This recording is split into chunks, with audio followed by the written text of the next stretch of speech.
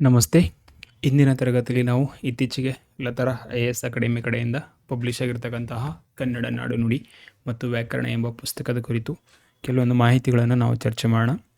ವಿಶೇಷವಾಗಿ ಸ್ಪರ್ಧಾತ್ಮಕ ಪರೀಕ್ಷೆಯಲ್ಲಿ ಕನ್ನಡ ಭಾಷೆಯನ್ನು ನಾವು ಒಂದು ವಿಷಯವಾಗಿ ಪರಿಗಣಿಸಿದಾಗ ಆ ವಿಷಯಕ್ಕೆ ಸಂಬಂಧಪಟ್ಟಂತೆ ಮತ್ತು ಆ ವಿಷಯದ ಅಧ್ಯಯನಕ್ಕೆ ಸಂಬಂಧಪಟ್ಟಂತೆ ಬೇಕಾಗಿರ್ತಕ್ಕಂತಹ ವಿಷಯ ವಸ್ತು ಕಂಟೆಂಟ್ ಈ ಪುಸ್ತಕ ಒಳಗೊಂಡಿದೆ ಅಂತ ನಾನು ಅಂದ್ಕೊಂಡಿದ್ದೀನಿ.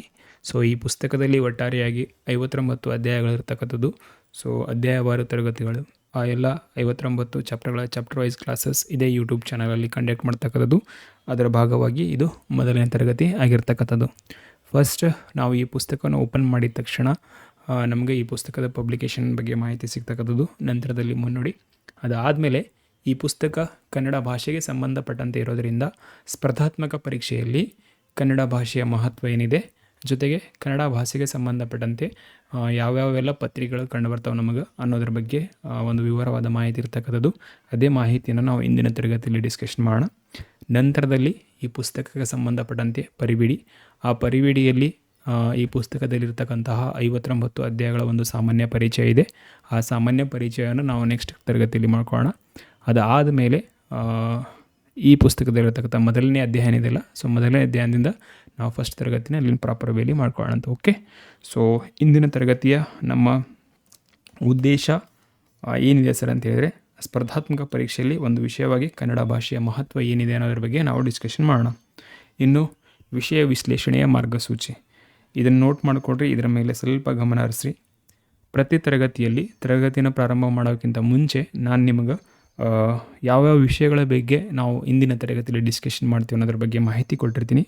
ಸೊ ಮುಂಚಿತವಾಗಿ ಆ ವಿಷಯದ ಬಗ್ಗೆ ನಿಮಗೆ ಏನಾದರೂ ಮಾಹಿತಿ ಇತ್ತಂದರೆ ವಿಡಿಯೋನ ನೀವು ಸ್ಕಿಪ್ ಮಾಡಬಹುದು. ಇಲ್ಲ ಸರ್ ಮಾಹಿತಿ ಇಲ್ಲ ಅಂತಿದ್ರೆ ನೀವು ಪ್ರಾಪರ್ ವೇಲಿ ಅದನ್ನು ನೋಡ್ಕೋಬೋದು. ಓಕೆ, ಸೊ ಇಂದಿನ ತರಗತಿಯಲ್ಲಿ ಫಸ್ಟ್ ನಾವು ಸ್ಪರ್ಧಾತ್ಮಕ ಪರೀಕ್ಷೆಯಲ್ಲಿ ಒಂದು ವಿಷಯವಾಗಿ ಕನ್ನಡ ಭಾಷೆಯ ಮಹತ್ವ ಏನಿದೆ ಅದನ್ನು ನೋಡೋಣ. ಅದಾದ ನಂತರ ಕನ್ನಡ ಭಾಷೆಗೆ ಸಂಬಂಧಪಟ್ಟದೆ ಒಂದು ಸಮಗ್ರವಾದ ಚಿತ್ರಣದಲ್ಲಿ ನಾವು ಸ್ಪರ್ಧಾತ್ಮಕ ಪರೀಕ್ಷೆಯಲ್ಲಿ ಕನ್ನಡ ಭಾಷೆ ರಿಲೇಟೆಡ್ ನಮಗೆ 3 ಪತ್ರಿಕೆಗಳು ಸಿಗ್ತಕ್ಕಂಥದ್ದು. ಒಂದು ಸಾಮಾನ್ಯ ಕನ್ನಡ ಪತ್ರಿಕೆ, ಇದನ್ನೇ ನಾವು ಜನರಲ್ ಕನ್ನಡ ಪೇಪರ್ ಅಂತ ಕರಿತೀವಿ. ಸೆಕೆಂಡ್ ಕಡ್ಡಾಯ ಕನ್ನಡ ಪತ್ರಿಕೆ, ಇದನ್ನು ನಾವು ಕಂಪಲ್ಸರಿ ಕನ್ನಡ ಪೇಪರ್ ಅಂತ ಕರಿತೀವಿ. ಅದಾದಮೇಲೆ ಐಚ್ಛಿಕ ಕನ್ನಡ, ಇದನ್ನು ನಾವು ಆಪ್ಷನಲ್ ಕನ್ನಡ ಪೇಪರ್ ಅಂತ ಕರಿತೀವಿ.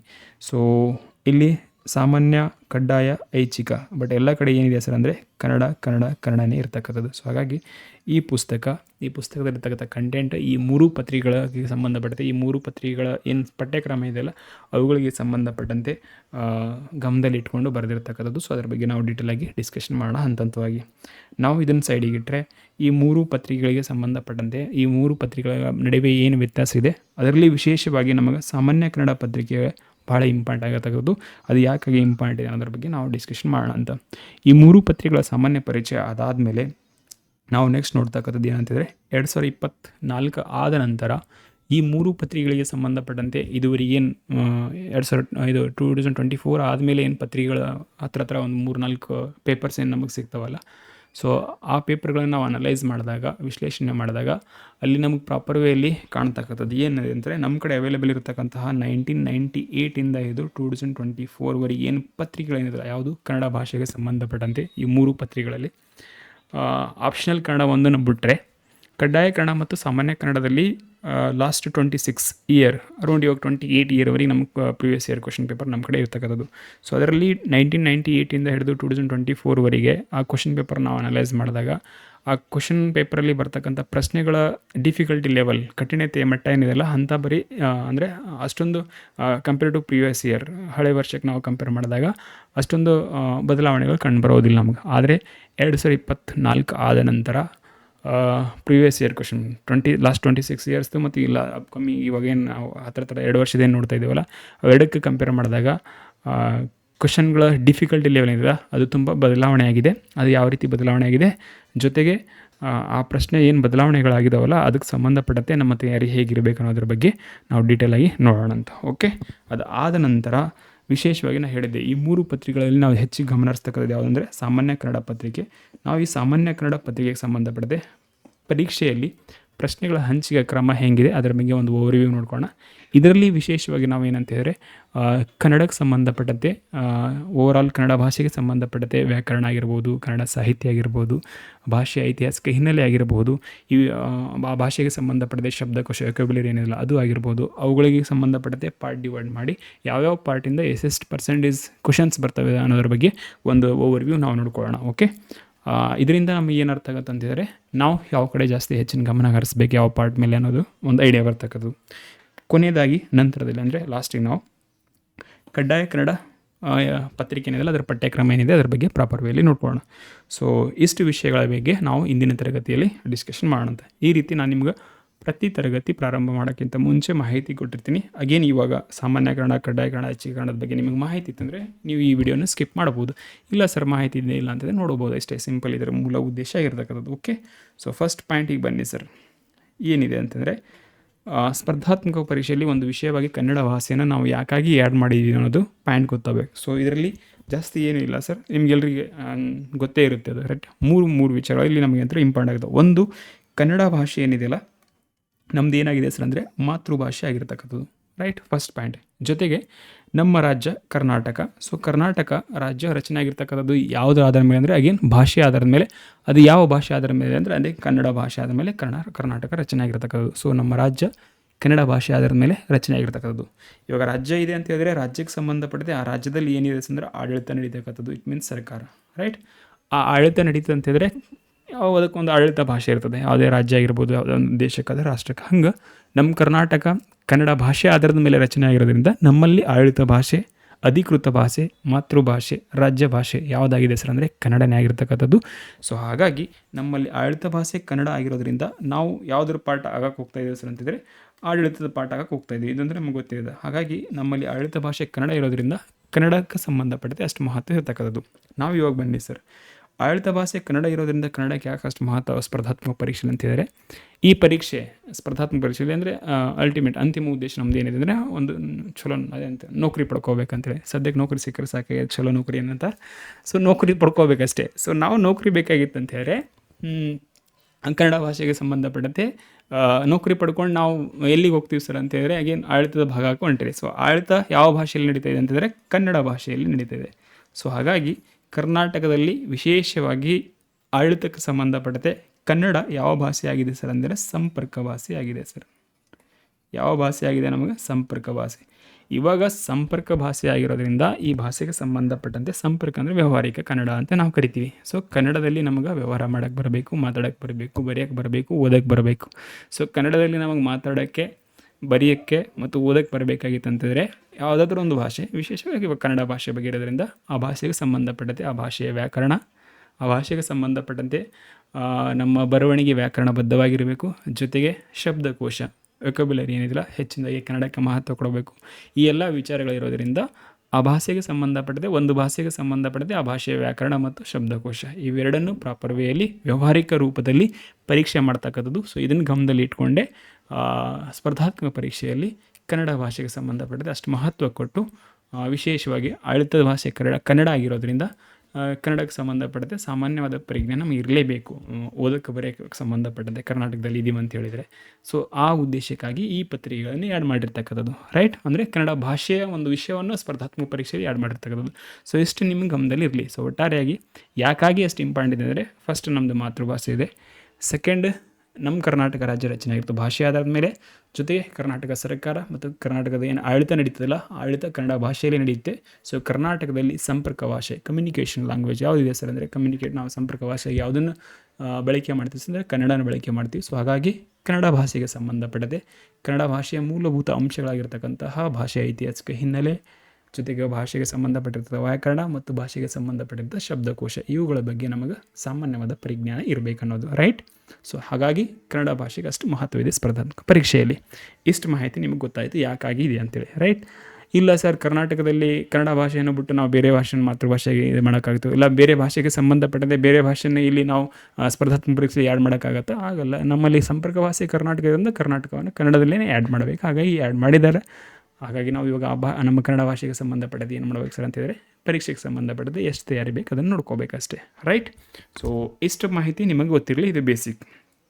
ಇವಾಗ ಈ ಯಾವುದು ಕನ್ನಡ ಭಾಷೆಗೆ ಸಂಬಂಧಪಟ್ಟಂತೆ ಸ್ಪರ್ಧಾತ್ಮಕ ಪರೀಕ್ಷೆಯಲ್ಲಿ ನಾನು ಜಸ್ಟ್ ಹೇಳಿದ್ದೇನೆ ನಿಮಗೆ ಏನಂತಂದರೆ ಸಂಪರ್ಕ ಭಾಷೆಯಾಗಿ. ಸೊ ಸಂಪರ್ಕ ಭಾಷೆಗೆ ಸಂಬಂಧಪಟ್ಟಂತೆ ಈ ಭಾಷೆಯನ್ನು ಸಂಪರ್ಕ ಭಾಷೆ ಹಿಡ್ಕೊಂಡು ನಾವು ಯಾವ್ಯಾವ ಪತ್ರಿಕೆಗಳು ನಮಗೆ ಕಂಡು ಬರ್ತಾವೆ ಈ ಪರೀಕ್ಷೆಯಲ್ಲಿ ಅನ್ನೋದ್ರ ಬಗ್ಗೆ ನಾವು ನೋಡೋಣ. ವಿಶೇಷವಾಗಿ ನಮಗೆ ಏನಂತಂದರೆ 3 ಪತ್ರಿಕೆಗಳು ಕಂಡು ಬರ್ತಕ್ಕಂಥದ್ದು. ಆ 3 ಪತ್ರಿಕೆಗಳು ಯಾವ್ಯಾವ ಅಂದರೆ ಫಸ್ಟು ಸಾಮಾನ್ಯ ಕನ್ನಡ, ಜಸ್ಟ್ ಆಲ್ರೆಡಿ ನಿಮಗೆ ಒಂದು ಓರ್ವೆ ಸಿಕ್ಕಿದೆ. ಅದಾದಮೇಲೆ ಕಡ್ಡಾಯ ಕನ್ನಡ, ಅದಾದಮೇಲೆ ಐಚ್ಛಿಕ ಕನ್ನಡ. ಸೊ ಈ 3 ನಡುವೆ ಏನೆಲ್ಲ ವ್ಯತ್ಯಾಸ ಇದೆ ಅನ್ನೋದ್ರ ಬಗ್ಗೆ ನಾವು ಡೀಟೇಲಾಗಿ ನೋಡೋಣ. ಈ 3 ಪತ್ರಿಕೆಗಳನ್ನು ಹೊರತುಪಡಿಸಿದರೆ ನಿಮಗೆ ಸ್ಪರ್ಧಾತ್ಮಕ ಪರೀಕ್ಷೆಯಲ್ಲಿ ಕನ್ನಡ ಭಾಷೆಗೆ ಸಂಬಂಧಪಟ್ಟಂತೆ ಇದುವರೆಗೆ ಈ ಪರೀಕ್ಷೆಗೆ ಸಂಬಂಧಪಟ್ಟಂತೆ ನಮಗಿರ್ತಕ್ಕಂಥ ಮಾಹಿತಿ ಪ್ರಕಾರ ಬೇರೆ ಯಾವುದು ಪತ್ರಿಕೆಗಳಿಲ್ಲ. ಈ 3 ಪತ್ರಿಕೆಗಳು ಇರ್ತಕ್ಕಂಥದ್ದು. ಆ 3ರಲ್ಲಿ ಅತ್ಯಂತ ಇಂಪಾರ್ಟೆಂಟ್ ಯಾವುದಿದೆ ಸರ್ ಅಂತಂದರೆ ಸಾಮಾನ್ಯ ಕನ್ನಡ. ಅದು ಯಾಕಾಗಿ ಇಂಪಾರ್ಟೆಂಟ್ ಅಂದರೆ ನಿಮಗೆ ಮುಂದೆ ಅರ್ಥ ಆಗುತ್ತೆ. ಸೊ ಇವು 3 ಪತ್ರಿಕೆಗಳ ನಡುವೆ ಒಂದು ಸಾಮಾನ್ಯವಾದ ಚಿತ್ರಣ ನಾವು ನೋಡೋಣ. ರೈಟ್, ನಾವು ಬರ್ರಿ ಸರ್ ಇಲ್ಲಿ ಈ ಚಾರ್ಟ್ ಏನಿದೆಯಲ್ಲ, ಈ ಚಾರ್ಟನ್ನು ನೀವು ಪ್ರಾಪರಾಗಿ ಅರ್ಥ ಮಾಡ್ಕೊಂಡ್ರೆ ಅಂತಂದರೆ ಈ 3 ಪತ್ರಿಕೆಗಳಿಗೆ ಸಂಬಂಧಪಟ್ಟಂತೆ ನಿಮ್ಗೆ ಯಾವುದೇ ರೀತಿಯ ಏನಂತಿದ್ರೆ ಡೌಟ್ ಇರಲ್ಲ ಅಂತ ಅಂದ್ಕೊತೀನಿ ನಾನು. ಕನ್ನಡ ಭಾಷೆಗೆ ಸಂಬಂಧಪಟ್ಟಂತೆ ಸ್ಪರ್ಧಾತ್ಮಕ ಪರೀಕ್ಷೆಯಲ್ಲಿ ಪತ್ರಿಕೆ ಅಂತ ಬಂದಾಗ ಓಕೆ. ಸೊ ಫಸ್ಟ್ ಪತ್ರಿಕೆಗಳ ವಿವರ ಇಲ್ಲಿ ಕೊಟ್ಟಿದ್ದೀನಿ. ಅದಾದ ನಂತರ ಈ ಪತ್ರಿಕೆಗೆ ಸಂಬಂಧಪಟ್ಟಂತೆ ಈ ಪತ್ರಿಕೆ ಯಾವ ಹುದ್ದೆಯಲ್ಲಿ ಬರುತ್ತೆ ಅದನ್ನ ಬಗ್ಗೆ ಕೊಟ್ಟಿದ್ದೀನಿ. ಅದಾದ ನಂತರ ಆ ಪತ್ರಿಕೆಗೆ ಸಂಬಂಧಪಟ್ಟಂತೆ ಆ ಪತ್ರಿಕೆಯಲ್ಲಿ ವಿಶೇಷವಾಗಿ ನಾವೇನು ಎಕ್ಸಾಮ್ ಬರಿತೀವಲ್ಲ, ಆ ಎಕ್ಸಾಮ್ ಯಾವ ಮಾದರಿಯಲ್ಲಿ ಅಂದರೆ ಎಕ್ಸಾಮ್ ನೇಚರ್ ಹೇಗಿರುತ್ತೆ ಅಂದರೆ ವಸ್ತುನಿಷ್ಠ ಮಾದರಿ ಪತ್ರಿಕೆ ಇರ್ಬೋದು, ವಿವರಣಾತ್ಮಕ ಬರವಣಿಗೆ ರೂಪದಲ್ಲಿ ಇರ್ಬೋದು, ಅದರ ಬಗ್ಗೆ ನಾವು ನೋಡೋಣ. ರೈಟ್, ಅದಾದ ನಂತರ ಆ ಪತ್ರಿಕೆಯ ಉದ್ದೇಶ ಜಸ್ಟ್ ನಿಮಗೆ ಗೊತ್ತಾಗಿದೆ. ಕನ್ನಡ ಭಾಷೆಗೆ ಸಂಬಂಧಪಟ್ಟಂತೆ ಕನ್ನಡ ಭಾಷೆ ಸ್ಪರ್ಧಾತ್ಮಕ ಪರೀಕ್ಷೆ ಯಾಕಾಗಿ ಇಂಪಾರ್ಟೆಂಟ್ ಆಗಿದೆ ಅಂತ ನಿಮಗೆ ಗೊತ್ತಾಗಿದೆ ಇವಾಗ, ಅದರ ಮಹತ್ವ ಏನಿದೆ ಅಂತೇಳಿ. ಆದರೂ ಒಂದು ಸ್ಪೆಸಿಫಿಕ್ಕಾಗಿ ನಾವು ಒಂದು ಪತ್ರಿಕೆ ತೊಗೊಂಡಾಗ ಆ ಪತ್ರಿಕೆ ಅಂತಿಮ ಉದ್ದೇಶ ಏನಾಗಿರುತ್ತೆ ಅದರ ಬಗ್ಗೆ ಗಮನ ಹರಿಸೋಣ. ಅದಾದ ನಂತರ ನಿಗದಿಪಡಿಸಿರ್ತಕ್ಕಂಥ ಅಂಕಗಳು ಅಂತಿಮವಾಗಿ ಕನ್ನಡ ಭಾಷೆಗೆ ಸಂಬಂಧಪಟ್ಟಂತೆ ಯಾವ್ಯಾವ ಪತ್ರಿಕೆಯಲ್ಲಿ ಎಷ್ಟೆಷ್ಟು ಮಾರ್ಕ್ಸ್ ಇರುತ್ತೆ ಅನ್ನೋದ್ರ ಬಗ್ಗೆ ನಮ್ಗೆ ಗೊತ್ತಿರಬೇಕು. ಇನ್ನು ಕಠಿಣತೆಯ ಮಟ್ಟ, ಆ ಪತ್ರಿಕೆಯಲ್ಲಿ ಬರ್ತಕ್ಕಂಥ ಕ್ವಶನ್ಸ್ ಏನಿದೆಯಲ್ಲ ಆ ಕ್ವಶನ್ಸ್ ಡಿಫಿಕಲ್ಟಿ ಲೆವೆಲ್ ಹೇಗಿರುತ್ತೆ ಅದರ ಬಗ್ಗೆ ನೋಡೋಣ. ಅದಾದ ನಂತರ ಪಠ್ಯಕ್ರಮ ಡೀಟೇಲಾಗಿ ಮತ್ತು ನಾವು ಪ್ರತಿ ಪತ್ರಿಕೆಗೆ ಸ್ಟ್ರಾಟಜಿ ನಮ್ದು ಹೆಂಗೆ ರಣನೀತಿ ಹೆಂಗಿರಬೇಕು, ಯಾರಿಗೆ ಸಂಬಂಧಪಟ್ಟದ್ದು ಅದನ್ನು ನಮ್ಮ ಮುಂದೆ ನೋಡೋಣ ಅಂತ. ಸದ್ಯಕ್ಕೆ ಅಂತ ಹೇಳಿದ್ರೆ ಈ ಪತ್ರಿಕೆಗೆ ಸಂಬಂಧಪಟ್ಟದೆ ಇಷ್ಟಿದೆ ಅನ್ನೋದು ನಮಗೆ ಪಠ್ಯಕ್ರಮ ಏನಿದೆ ನಮಗೆ ಗೊತ್ತಾಗಬೇಕು. ಅದಾದ ನಂತರ 2024 ನಂತರ ಈ ಪತ್ರಿಕೆಗಳಿಗೆ ಸಂಬಂಧಪಟ್ಟಂತೆ ಏನೆಲ್ಲ ಬದಲಾವಣೆಯಾಗಿದ್ದಾವೆ ಡಿಫಿಕಲ್ಟಿ ಲೆವೆಲ್ ಕ್ವಶನ್ಸಲ್ಲಿ ಅದನ್ನು ನೋಡೋಣ ಅಂತ. ಓಕೆ, ಸೊ ಇವು ಹಂತಂತಾಗಿ ಒಂದೊಂದು ಪಾಯಿಂಟನ್ನು ನಾನು ಡಿಸ್ಕಷನ್ ಮಾಡ್ತೀನಿ ಇವಾಗ. ನಾವು ಬರ್ರಿ ಸರಿ ಯಾವುದಿದೆ ಅಂದರೆ ಫಸ್ಟ್ ಸಾಮಾನ್ಯ ಕನ್ನಡ, ಅದಾದಮೇಲೆ ಕಡ್ಡಾಯ ಕನ್ನಡ, ಅದಾದಮೇಲೆ ಐಚ್ಛಿಕ ಕನ್ನಡ. ಈ 3 ಪತ್ರಿಕೆಗಳನ್ನ ಚಾರ್ಟ್ ಹಾಕ್ಕೊಳ್ಳಿ. ಇದರ ಪ್ರಕಾರ ಬೇಸ್ ನೀವು ನೋಟ್ಸ್ ಮಾಡ್ಕೊಂಡು ಹೋಗಿ, ನಿಮ್ಗೆ ಯಾವುದೇ ರೀತಿ ಕನ್ಫ್ಯೂಸ್ ಇರಲ್ಲ. ಫಸ್ಟ್ ಪ್ರಮುಖ ಹುದ್ದೆಗಳಿಗೆ ಬರ್ರಿ ಸರ್. ಯಾವುದು ಸಾಮಾನ್ಯ ಕನ್ನಡ ಪತ್ರಿಕೆ ಸರ್. ಸೊ ಸಾಮಾನ್ಯ ಕನ್ನಡ ಪತ್ರಿಕೆಗೆ ಸಂಬಂಧಪಟ್ಟಂತೆ ಎಲ್ಲೆಲ್ಲಿ ಕಂಡು ಬರುತ್ತೆ ಸರ್ ನಮಗೆ ಸಾಮಾನ್ಯ ಕನ್ನಡ ಅಂತಿದ್ರೆ SDA, FDA, PDO, village administration officer, ಆಮೇಲೆ ಟೀಚರ್ ಎಕ್ಸಾಮಿಗೆ ಸಂಬಂಧಪಟ್ಟಂತೆ. ಆಮೇಲೆ ಗ್ರೂಪ್ ಸಿಯಲ್ಲಿ ವಿಶೇಷವಾಗಿ ನಮ್ಮಂತಿದ್ರೆ 17 ಟೈಪ್ 17 ಮಾದರಿಯ ಗ್ರೂಪ್ ಸಿಯಲ್ಲಿ ಟೆಕ್ನಿಕಲ್, ನಾನ್ ಟೆಕ್ನಿಕಲ್ ಬೇರೆ ಬೇರೆ ಟೈಪ್ಸ್ ಹುದ್ದೆಗಳು ಸಿಗ್ತಕ್ಕಂಥದ್ದು ನಾವು. ರೈಟ್, KPSC ಗ್ರೂಪ್ ಸಿ ಅಂತೇಳಿ. ಸೊ ಅಲ್ಲಿ ಏನಂತಂದರೆ ನಮಗೆ ವಿಶೇಷವಾಗಿ ಕನ್ನಡ ಭಾಷೆಗೆ ಸಂಬಂಧಪಟ್ಟದೆ ಸಾಮಾನ್ಯ ಕನ್ನಡ ಪತ್ರಿಕೆ ಸಿಗ್ತಕ್ಕಂಥದ್ದು. ಇದು ಜನರಲ್ ಆಗಿ ಆಯಿತು. ಇದನ್ನು ಹೊರತುಪಡಿಸಿ ಬೇರೆ ಬೇರೆ ಇಲಾಖೆಗೆ ಸಂಬಂಧಪಟ್ಟಂತೆ ಯಾವುದೇ ರೀತಿಯ ಇಲಾಖೆ ನೋಟಿಫಿಕೇಶನ್ ಆದರೆ ಎಲ್ಲ ಕಡೆ ನಮಗೆ ಅಂತಂದರೆ ಒಂದು ಸಾಮಾನ್ಯ GK ಪೇಪರ್ ಸಿಗ್ತಕ್ಕಂಥದ್ದು. ಅದಾದಮೇಲೆ ಕಮ್ಯುನಿಕೇಷನ್ ಪೇಪರ್ ಜಸ್ಟ್ ಹೇಳಿದೆ ನಾನು. ಕರ್ನಾಟಕದಲ್ಲಿ ಸಂಪರ್ಕ ಭಾಷೆಯಾಗಿ ನಾವು ಕನ್ನಡನ ಆಡಳಿತ ಭಾಷೆಗೆ ಆ್ಯಡ್ ಮಾಡೋದ್ರಿಂದ ಆ ಭಾಷೆಗೆ ಸಂಬಂಧಪಟ್ಟಂತೆ ನಮಗೆ ಸಾಮಾನ್ಯ ಪ್ರಜ್ಞೆ ಇರಬೇಕಂತ ನಾನು ಹೇಳಿದ್ದಿಲ್ಲ ನಿಮಗೆ. ರೈಟ್, ಅದೇ ಮಾಡಲನ್ನು ನಾವು ಇಟ್ಕೊಂಡು ಅಂತಂದರೆ ಕನ್ನಡ ಭಾಷೆಗೆ ಸಂಬಂಧಪಟ್ಟಂತೆ ಈ ಎಲ್ಲ ಹುದ್ದೆಗಳಲ್ಲಿ ನಮಗೆ ಅಂತಂದರೆ ಸಾಮಾನ್ಯ ಕನ್ನಡ ಪತ್ರಿಕೆ ಸಿಗ್ತಕ್ಕಂಥದ್ದು. ಇದ್ರ ಜೊತೆಗೆ KPSC ಗ್ರೂಪ್ಸಿಂದಲ್ಲ ಗ್ರೂಪ್ ಸಿ ಹುದ್ದೆಗಳಿಗೆ ಗೌರ್ಮೆಂಟ್ ಜಾಬ್ ಅಂತ ಬಂದಾಗ ನಮ್ಗೆ ಸಿಗ್ತಕ್ಕಂಥದ್ದೇ 4 ಟೈಪ್ಸ್ ಇದೆ. ಅಂದರೆ group A, group B, group C ಮತ್ತು ಗ್ರೂಪ್ D. ನಾವು PC PSI ಆಗಿರ್ಬೋದು. ಅದಾದಮೇಲೆ ಟೀಚರ್ಸ್ ಆಲ್ ಹುದ್ದೆಗಳಾಗಿರ್ತವೆ. SDA, FDA ಇವೆಲ್ಲ ಯಾವುದರಲ್ಲಿ ಸರ್ ಗ್ರೂಪ್ ಸಿಯಲ್ಲಿ ಬರ್ತಕ್ಕಂಥದ್ದು. ಸೊ ಅರೌಂಡ್ ನಮ್ಮ ಕರ್ನಾಟಕದಲ್ಲಿ 80% ನೋಟಿಫಿಕೇಷನ್ಸ್ ಏನೇ ಆಗ್ತಾವಲ್ಲ, ಅಂದರೆ ಹುದ್ದೆಗಳು ಕ್ಯಾಟಗರೈಸ್ ನಾವು ನೋಡಿದಾಗ ಹುದ್ದೆಗಳ ಸಂಖ್ಯೆ ಆಧಾರದ ಮೇಲೆ ನೋಡಿದಾಗ 80% ಹುದ್ದೆಗಳು C ಗ್ರೂಪಿನ ಹುದ್ದೆಗಳಾಗಿರ್ತಕ್ಕಂಥದ್ದು. ಸೊ ಆ ಎಲ್ಲ C ಗ್ರೂಪಿನ ಹುದ್ದೆಗಳಲ್ಲಿ PC PSI ಒಂದನ್ನು ಹೊರತುಪಡಿಸಿದರೆ ಬಹುತೇಕ ಎಲ್ಲ ಕೇಸಸ್ಗಳಲ್ಲಿ ನಮಗೆ ಅಂತಂದರೆ ಸಾಮಾನ್ಯ ಕನ್ನಡ ಪತ್ರಿಕೆ ಕಂಡು ಬರ್ತಕ್ಕಂಥದ್ದು. ಈ ಪಾಯಿಂಟ್ ನಿಮ್ಮ ಮೈಂಡಲ್ಲಿ ಇರಲಿ ಸರ್. ರೈಟ್, ಮತ್ತು PC PSIಯಲ್ಲಿ ಕನ್ನಡ ಪೇಪರ್ ಇಲ್ಲ ಸರ್ ಅಂತಾರೆ. ಇವಾಗ GK ಪೇಪರ್ ಇದೆ. ಮುಂದೆ ಫ್ಯೂಚರಲ್ಲಿ ನಾನು ಹೇಳಿದ್ದೀನಿ, ನಾವು ಆಡಳಿತದ ಭಾಗ ಹಾಕ್ಕೊಂತೀವಿ, ಕರ್ನಾಟಕದಲ್ಲಿ ಕನ್ನಡ ಮಾತೃಭಾಷೆ ಇದೆ, ಓಕೆ ಫೈನ್. ಬಟ್ ಸ್ಟಿಲ್ ಇವಾಗಿರ್ತಕ್ಕಂತಹ ಏನು ಕಂಡೀಷನ್ ಏನಿದೆಯಲ್ಲ ಸಿಚುವೇಶನ್ ಅದರ ಬೇಸ್ ಆದಮೇಲೆ ಅಂತಿದ್ದಾರೆ ಕೆಲವು ನಿಯಮಾವಳಿಗಳ ಪ್ರಕಾರ ಪ್ರತಿ ಹುದ್ದೆಗೆ ಸಂಬಂಧಪಟ್ಟಂತೆ ಕನ್ನಡ ಭಾಷೆಗೆ ಕಡ್ಡಾಯ ಮಾಡಿರ್ತಕ್ಕಂಥದ್ದು, ಜೊತೆಗೆ ಸಾಮಾನ್ಯ ಕನ್ನಡ ಪತ್ರಿಕೆ ಜನರಲಿ ತೊಗೋಬೋದು. ಸದ್ಯಕ್ಕಿಲ್ಲ, ಫ್ಯೂಚರ್ಲಿ ಆದರೆ ಆಗ್ಬೋದು. ಅದನ್ನು ಒಂದು ಹೊರತುಪಡಿಸಿದರೆ ಬಹುತೇಕ ಎಲ್ಲ ಇಲಾಖೆಗಳಿಗೆ ಇರ್ತಕ್ಕಂಥ ನೋಟಿಫಿಕೇಷನಲ್ಲಿ ನಮಗೆ ಸಾಮಾನ್ಯ ಕನ್ನಡ ಪತ್ರಿಕೆ ಕಂಡು ಬರ್ತಕ್ಕಂಥದ್ದು. ಇದನ್ನು ಗಮನದಲ್ಲಿ ಇಟ್ಕೊಳ್ಳಿ ಸರ್. ಓಕೆ, ಯಾಕಾಗಿ ಹೇಳ್ತಾ ಇದ್ದೀನಿ ಅಂತಂದರೆ, ಅಗೇನ್ ನೋಟಿಫಿಕೇಷನ್ ಸಿಕ್ಕಾದ್ಮೇಲೆ PCPSN ಸೈಡಿಗೆ ಬಿಡಿ. ಇವಾಗ ಸದ್ಯಕ್ಕೆ KPSCನೂ ಬಿಟ್ಬಿಡಿ ಸರ್. ಗ್ರೂಪ್ ಸಿ ಹುದ್ದೆಗಳಿಗೆ ಬನ್ನಿ ಸರ್. ಅದು ಯಾರಾದರೂ ನೋಟಿಫಿಕೇಷನ್ ಮಾಡಲಿ, ನಮಗೇನು ಒಟ್ಟು ನೋಟಿಫಿಕೇಷನ್ ಆಗಬೇಕಷ್ಟೇ, ರೈಟ್.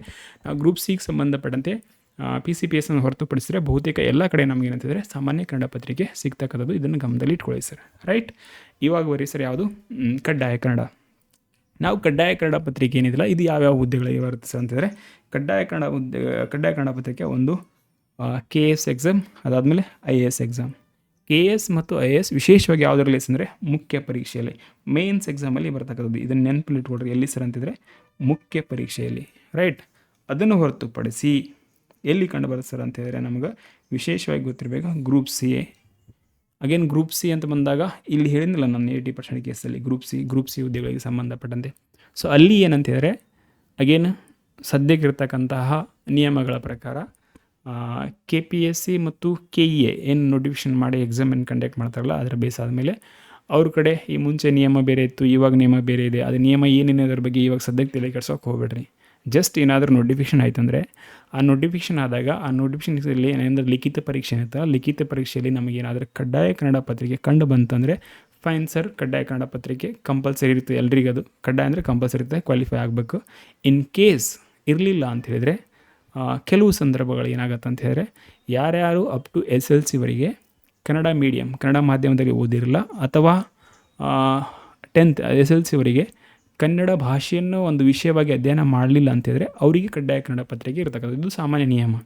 ಮುಂದೇನಾದರೂ ಹೊಸ ನೋಟಿಫಿಕೇಷನ್ ಆದಾಗ ಅದರಲ್ಲಿ ಏನಾದ್ರು ಬದಲಾವಣೆ ಆಗ್ತದೆ, ಎಲ್ರಿಗೂ ಕಡ್ಡಾಯ ಕನ್ನಡ ಪತ್ರಿಕೆ ಬರೀಬೇಕಂದ್ರೆ ಬರೀಬೋದು. ಸೊ ಹಾಗಾಗಿ ಸದ್ಯಕ್ಕೆ ಅದರ ಬಗ್ಗೆ ತಲೆ ಕೆಡಿಸುವ ಅವಶ್ಯಕತೆ ಇಲ್ಲ. ಜಸ್ಟ್ ಕಡ್ಡಾಯ ಕನ್ನಡ ಪರೀಕ್ಷೆ ಅಂತ ಹೇಳಿದ್ರೆ ಗ್ರೂಪ್ ಸಿ ಲೆವೆಲ್ವರೆಗೆ, ಅದು ಯಾವುದೇ ಹುದ್ದೆಗಳಿಗೆ ಸಂಬಂಧಪಟ್ಟಂತೆ ಆಗಿರ್ಬೋದು, ಕಂಪಲ್ಸರಿ ಪೇಪರ್ ಒಂದು ಇರತಕ್ಕಂಥದ್ದು. ನೋಟಿಫಿಕೇಷನ್ ಆದಾಗ ಆ ಹುದ್ದೆಗೆ ನೀವು ಅಪ್ಲಿಕೇಶನ್ ಆದಾಗ ಅಲ್ಲಿ ಏನಾದರೂ ಕಡ್ಡಾಯ ಕನ್ನಡ ಪತ್ರಿಕೆ ಬಂತಂತಂದರೆ ಅವಾಗ ಅದ್ರ ಬಗ್ಗೆ ವಿಚಾರ ಮಾಡಿರಿ. ಅದನ್ನು ಹೊರತುಪಡಿಸಿದ್ರೆ ಅಲ್ಲಿ ತಲೆ ಕೆಡಿಸುವ ಅವಶ್ಯಕತೆ ಇಲ್ಲ. ಬಟ್ IAS ಮತ್ತು KSಗೆ ಸಂಬಂಧಪಟ್ಟಂತೆ ಮುಖ್ಯ ಪರೀಕ್ಷೆಯಲ್ಲಿ ನೀವು ಪ್ರಿಲಿಮ್ಸ್ ಕ್ವಾಲಿಫೈ ಆದ ನಂತರ, ಇವಾಗಲ್ಲ, ಪ್ರಿಲಿಮ್ಸ್ ಕ್ವಾಲಿಫೈ ಆದ ನಂತರ IAS ಮತ್ತು KS ಮುಖ್ಯ ಪರೀಕ್ಷೆಯಲ್ಲಿ ವಿಶೇಷವಾಗಿ ನಾವು ಕರ್ನಾಟಕದಿಂದ ಹೋಗ್ತಾ ಇದ್ದಾರೆ ಅಂತಂದರೆ ಅದರಲ್ಲಿ ಕಡ್ಡಾಯ ಕನ್ನಡ ಪತ್ರಿಕೆಯನ್ನು ನಾವು ಕ್ವಾಲಿಫೈ ಆಗಬೇಕಾಗತ್ತೆ. ಇದನ್ನು ಗಮನದಲ್ಲಿ ಇಟ್ಕೊಳ್ಳಿ ಸರ್. ನೆಕ್ಸ್ಟ್ ಬರೀ ಸರ್ ಯಾವುದು ಐಚ್ಛಿಕ ಕನ್ನಡ ಪತ್ರಿಕೆ.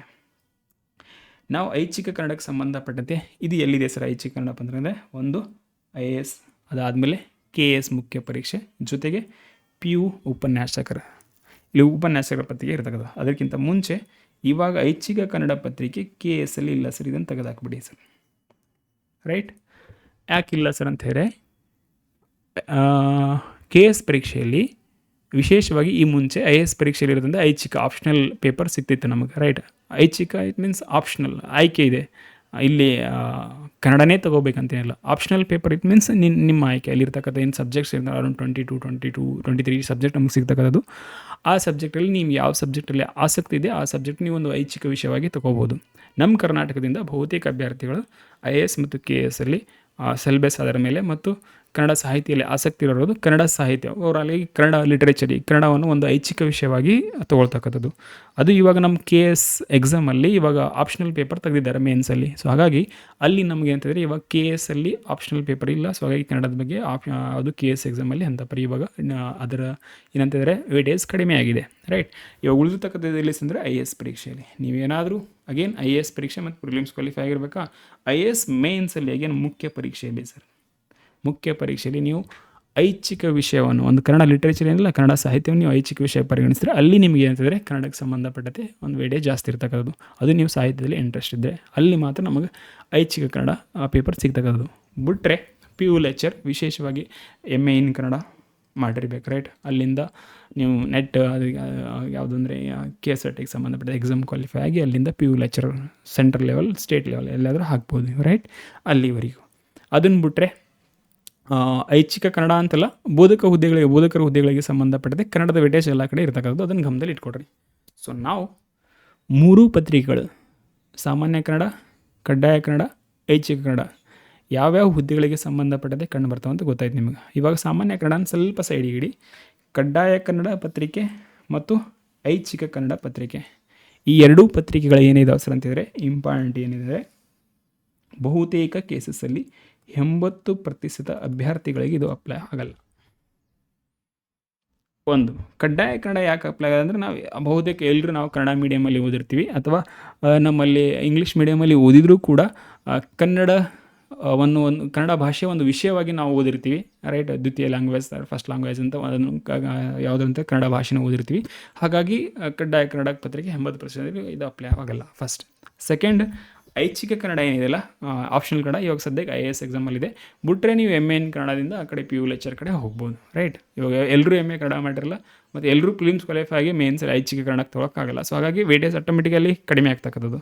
ಇನ್ನು ಕಡ್ಡಾಯ ಕನ್ನಡದ ನಾನು ಜಸ್ಟ್ ಹೇಳಿದ್ದೆ ನಾನು ನಿಮ್ಗೆ, ರೈಟ್.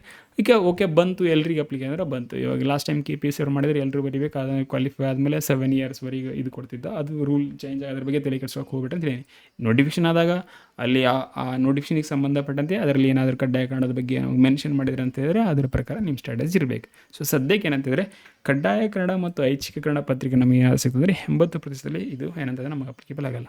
ಆದರೆ ಈ ಎರಡೂ ಪತ್ರಿಕೆಗಳು IAS ಮತ್ತು KS ಮುಖ್ಯ ಪರೀಕ್ಷೆಯಲ್ಲಿ ಕಂಡು ಬರ್ತಕ್ಕಂಥದ್ದು ಗೊತ್ತಿರಲಿ. ಬಟ್ ಐಚ್ಛಿಕ ಕನ್ನಡ ಒಂದನ್ನು ಹೊರತುಪಡಿಸಿ ಕಡ್ಡಾಯ ಕನ್ನಡ ಎರಡರಲ್ಲಿ ಕಂಡು ಬರ್ತಕ್ಕಂಥದ್ದು, ರೈಟ್. ಅದು ಏನಿದೆ ಮುಂದಕ್ಕೆ ನೋಡೋಣ. ಒಂದೊಂದು ಪತ್ರಿಕೆಗೆ ಸಂಬಂಧಪಟ್ಟರೆ ನಾವು ಪ್ರತ್ಯೇಕ ಸ್ಟ್ರಾಟಜಿ ಏನು ಹಾಕ್ಬೇಕು ಅದ್ರ ಬಗ್ಗೆ ನೋಡೋಣ ಅಂತ. ಸದ್ಯಕ್ಕೆ ಏನಂತಿದ್ರೆ 80% ನಮ್ಮ ವೇಟೇಜ್ ಏನಿದೆಲ್ಲ ಈ ಎರಡು ಪತ್ರಿಕೆಗಳ ಮೇಲೆ ಅಷ್ಟೊಂದು ಫೋಕಸ್ ಮಾಡೋಕ್ಕೆ ಹೋಗಬೇಡ್ರಿ ಯಾವುದು ಸ್ಪರ್ಧಾತ್ಮಕ ಪರೀಕ್ಷೆಯಲ್ಲಿ. Okay sir, fine. ನೀವು PU ಲೆಕ್ಚರ್ ಅವರಿಗೆ ಟ್ರೈ ಮಾಡ್ತಾಯಿದ್ದೀರಿ, IAS ಮೇನ್ಸಲ್ಲಿ ಆಪ್ಷನಲ್ ಕನ್ನಡ ತೊಗೊತಾ ಇದ್ದೀರಿ. ಉಳಿದಂತೆ IAS KS ಅಲ್ಲಿ ನೀವು ಕಡ್ಡಾಯ ಕನ್ನಡ ಪತ್ರಿಕೆ ತೊಗೊಂಡು, ಅದು ಕಡ್ಡಾಯ ಕನ್ನಡ ಅಷ್ಟು ಡಿಫಿಕಲ್ಟ್ ಇಲ್ಲ, ಅಪ್ ಟು SLC ಮಟ್ಟದಲ್ಲಿ ಇರ್ತಕ್ಕಂಥ, ಅದು ಗೊತ್ತಾಗುತ್ತೆ ನಿಮ್ಗೆ. ಸೊ ಹಾಗಾಗಿ ಗಮನದಲ್ಲಿರಲಿ ಇದು ಅಲ್ಲ. ಇವಾಗ 80% ಅಂದರೆ ಇದು ಅಪ್ಲಿಕೇಬಲ್ ಆಗ ಅಂತ ಹೇಳಿದೆ. ಉಳಿದಿರ್ತಕ್ಕಂಥದ್ದು ಏನಂತಂದರೆ ನಮಗೆ ಇಲ್ಲಿ ಯಾವ್ದು ದಿವಸ ಅಂತಾರೆ ಈ ಪೇಪರ್ ಸಾಮಾನ್ಯ ಕನ್ನಡ ಪತ್ರಿಕೆ. ಸೊ ನಮ್ಮ ಎಲ್ಲ ಫೋಕಸ್ ಯಾವುದ್ರ ಮೇಲೆ, ಸಾಮಾನ್ಯ ಕನ್ನಡ ಪತ್ರಿಕೆ ಮೇಲೆ ಇರಬೇಕು ಸರ್. ಐ ಹೋಪ್ 3 ಪತ್ರಿಕೆಗಳಿಗೆ ಸಂಬಂಧಪಟ್ಟಂತೆ ಒಂದು ಸಾಮಾನ್ಯವಾದ ಪರಿಚಯ, ಇದು ಯಾವ್ಯಾವ ಹುದ್ದೆಗಳಲ್ಲಿ ಬರುತ್ತೆ ಅನ್ನೋದು ಗೊತ್ತಾಗಿದೆ ಅನ್ಕೊತೀನಿ ನಾನು ನಿಮ್ಗೆ, ರೈಟ್. ಸೊ ನಾವು ಬರ್ರಿ ಸರ್ ನೆಕ್ಸ್ಟ್. ಇವಾಗ ಪೇಪರ್ ಎಲ್ಲಿ ಬರುತ್ತಂತ ಗೊತ್ತಾಯಿತು, ಕ್ಲಿಯರ್. ಇವಾಗ ಆ ಪೇಪರ್ಗಳಿಗೆ ಸಂಬಂಧಪಟ್ಟಂತೆ ಸಾಮಾನ್ಯವಾದ ಒಂದು ಪರೀಕ್ಷೆಗೆ ಸಂಬಂಧಪಟ್ಟಂತೆ ವಿಧಾನ ಅಥವಾ ಸ್ವಭಾವ.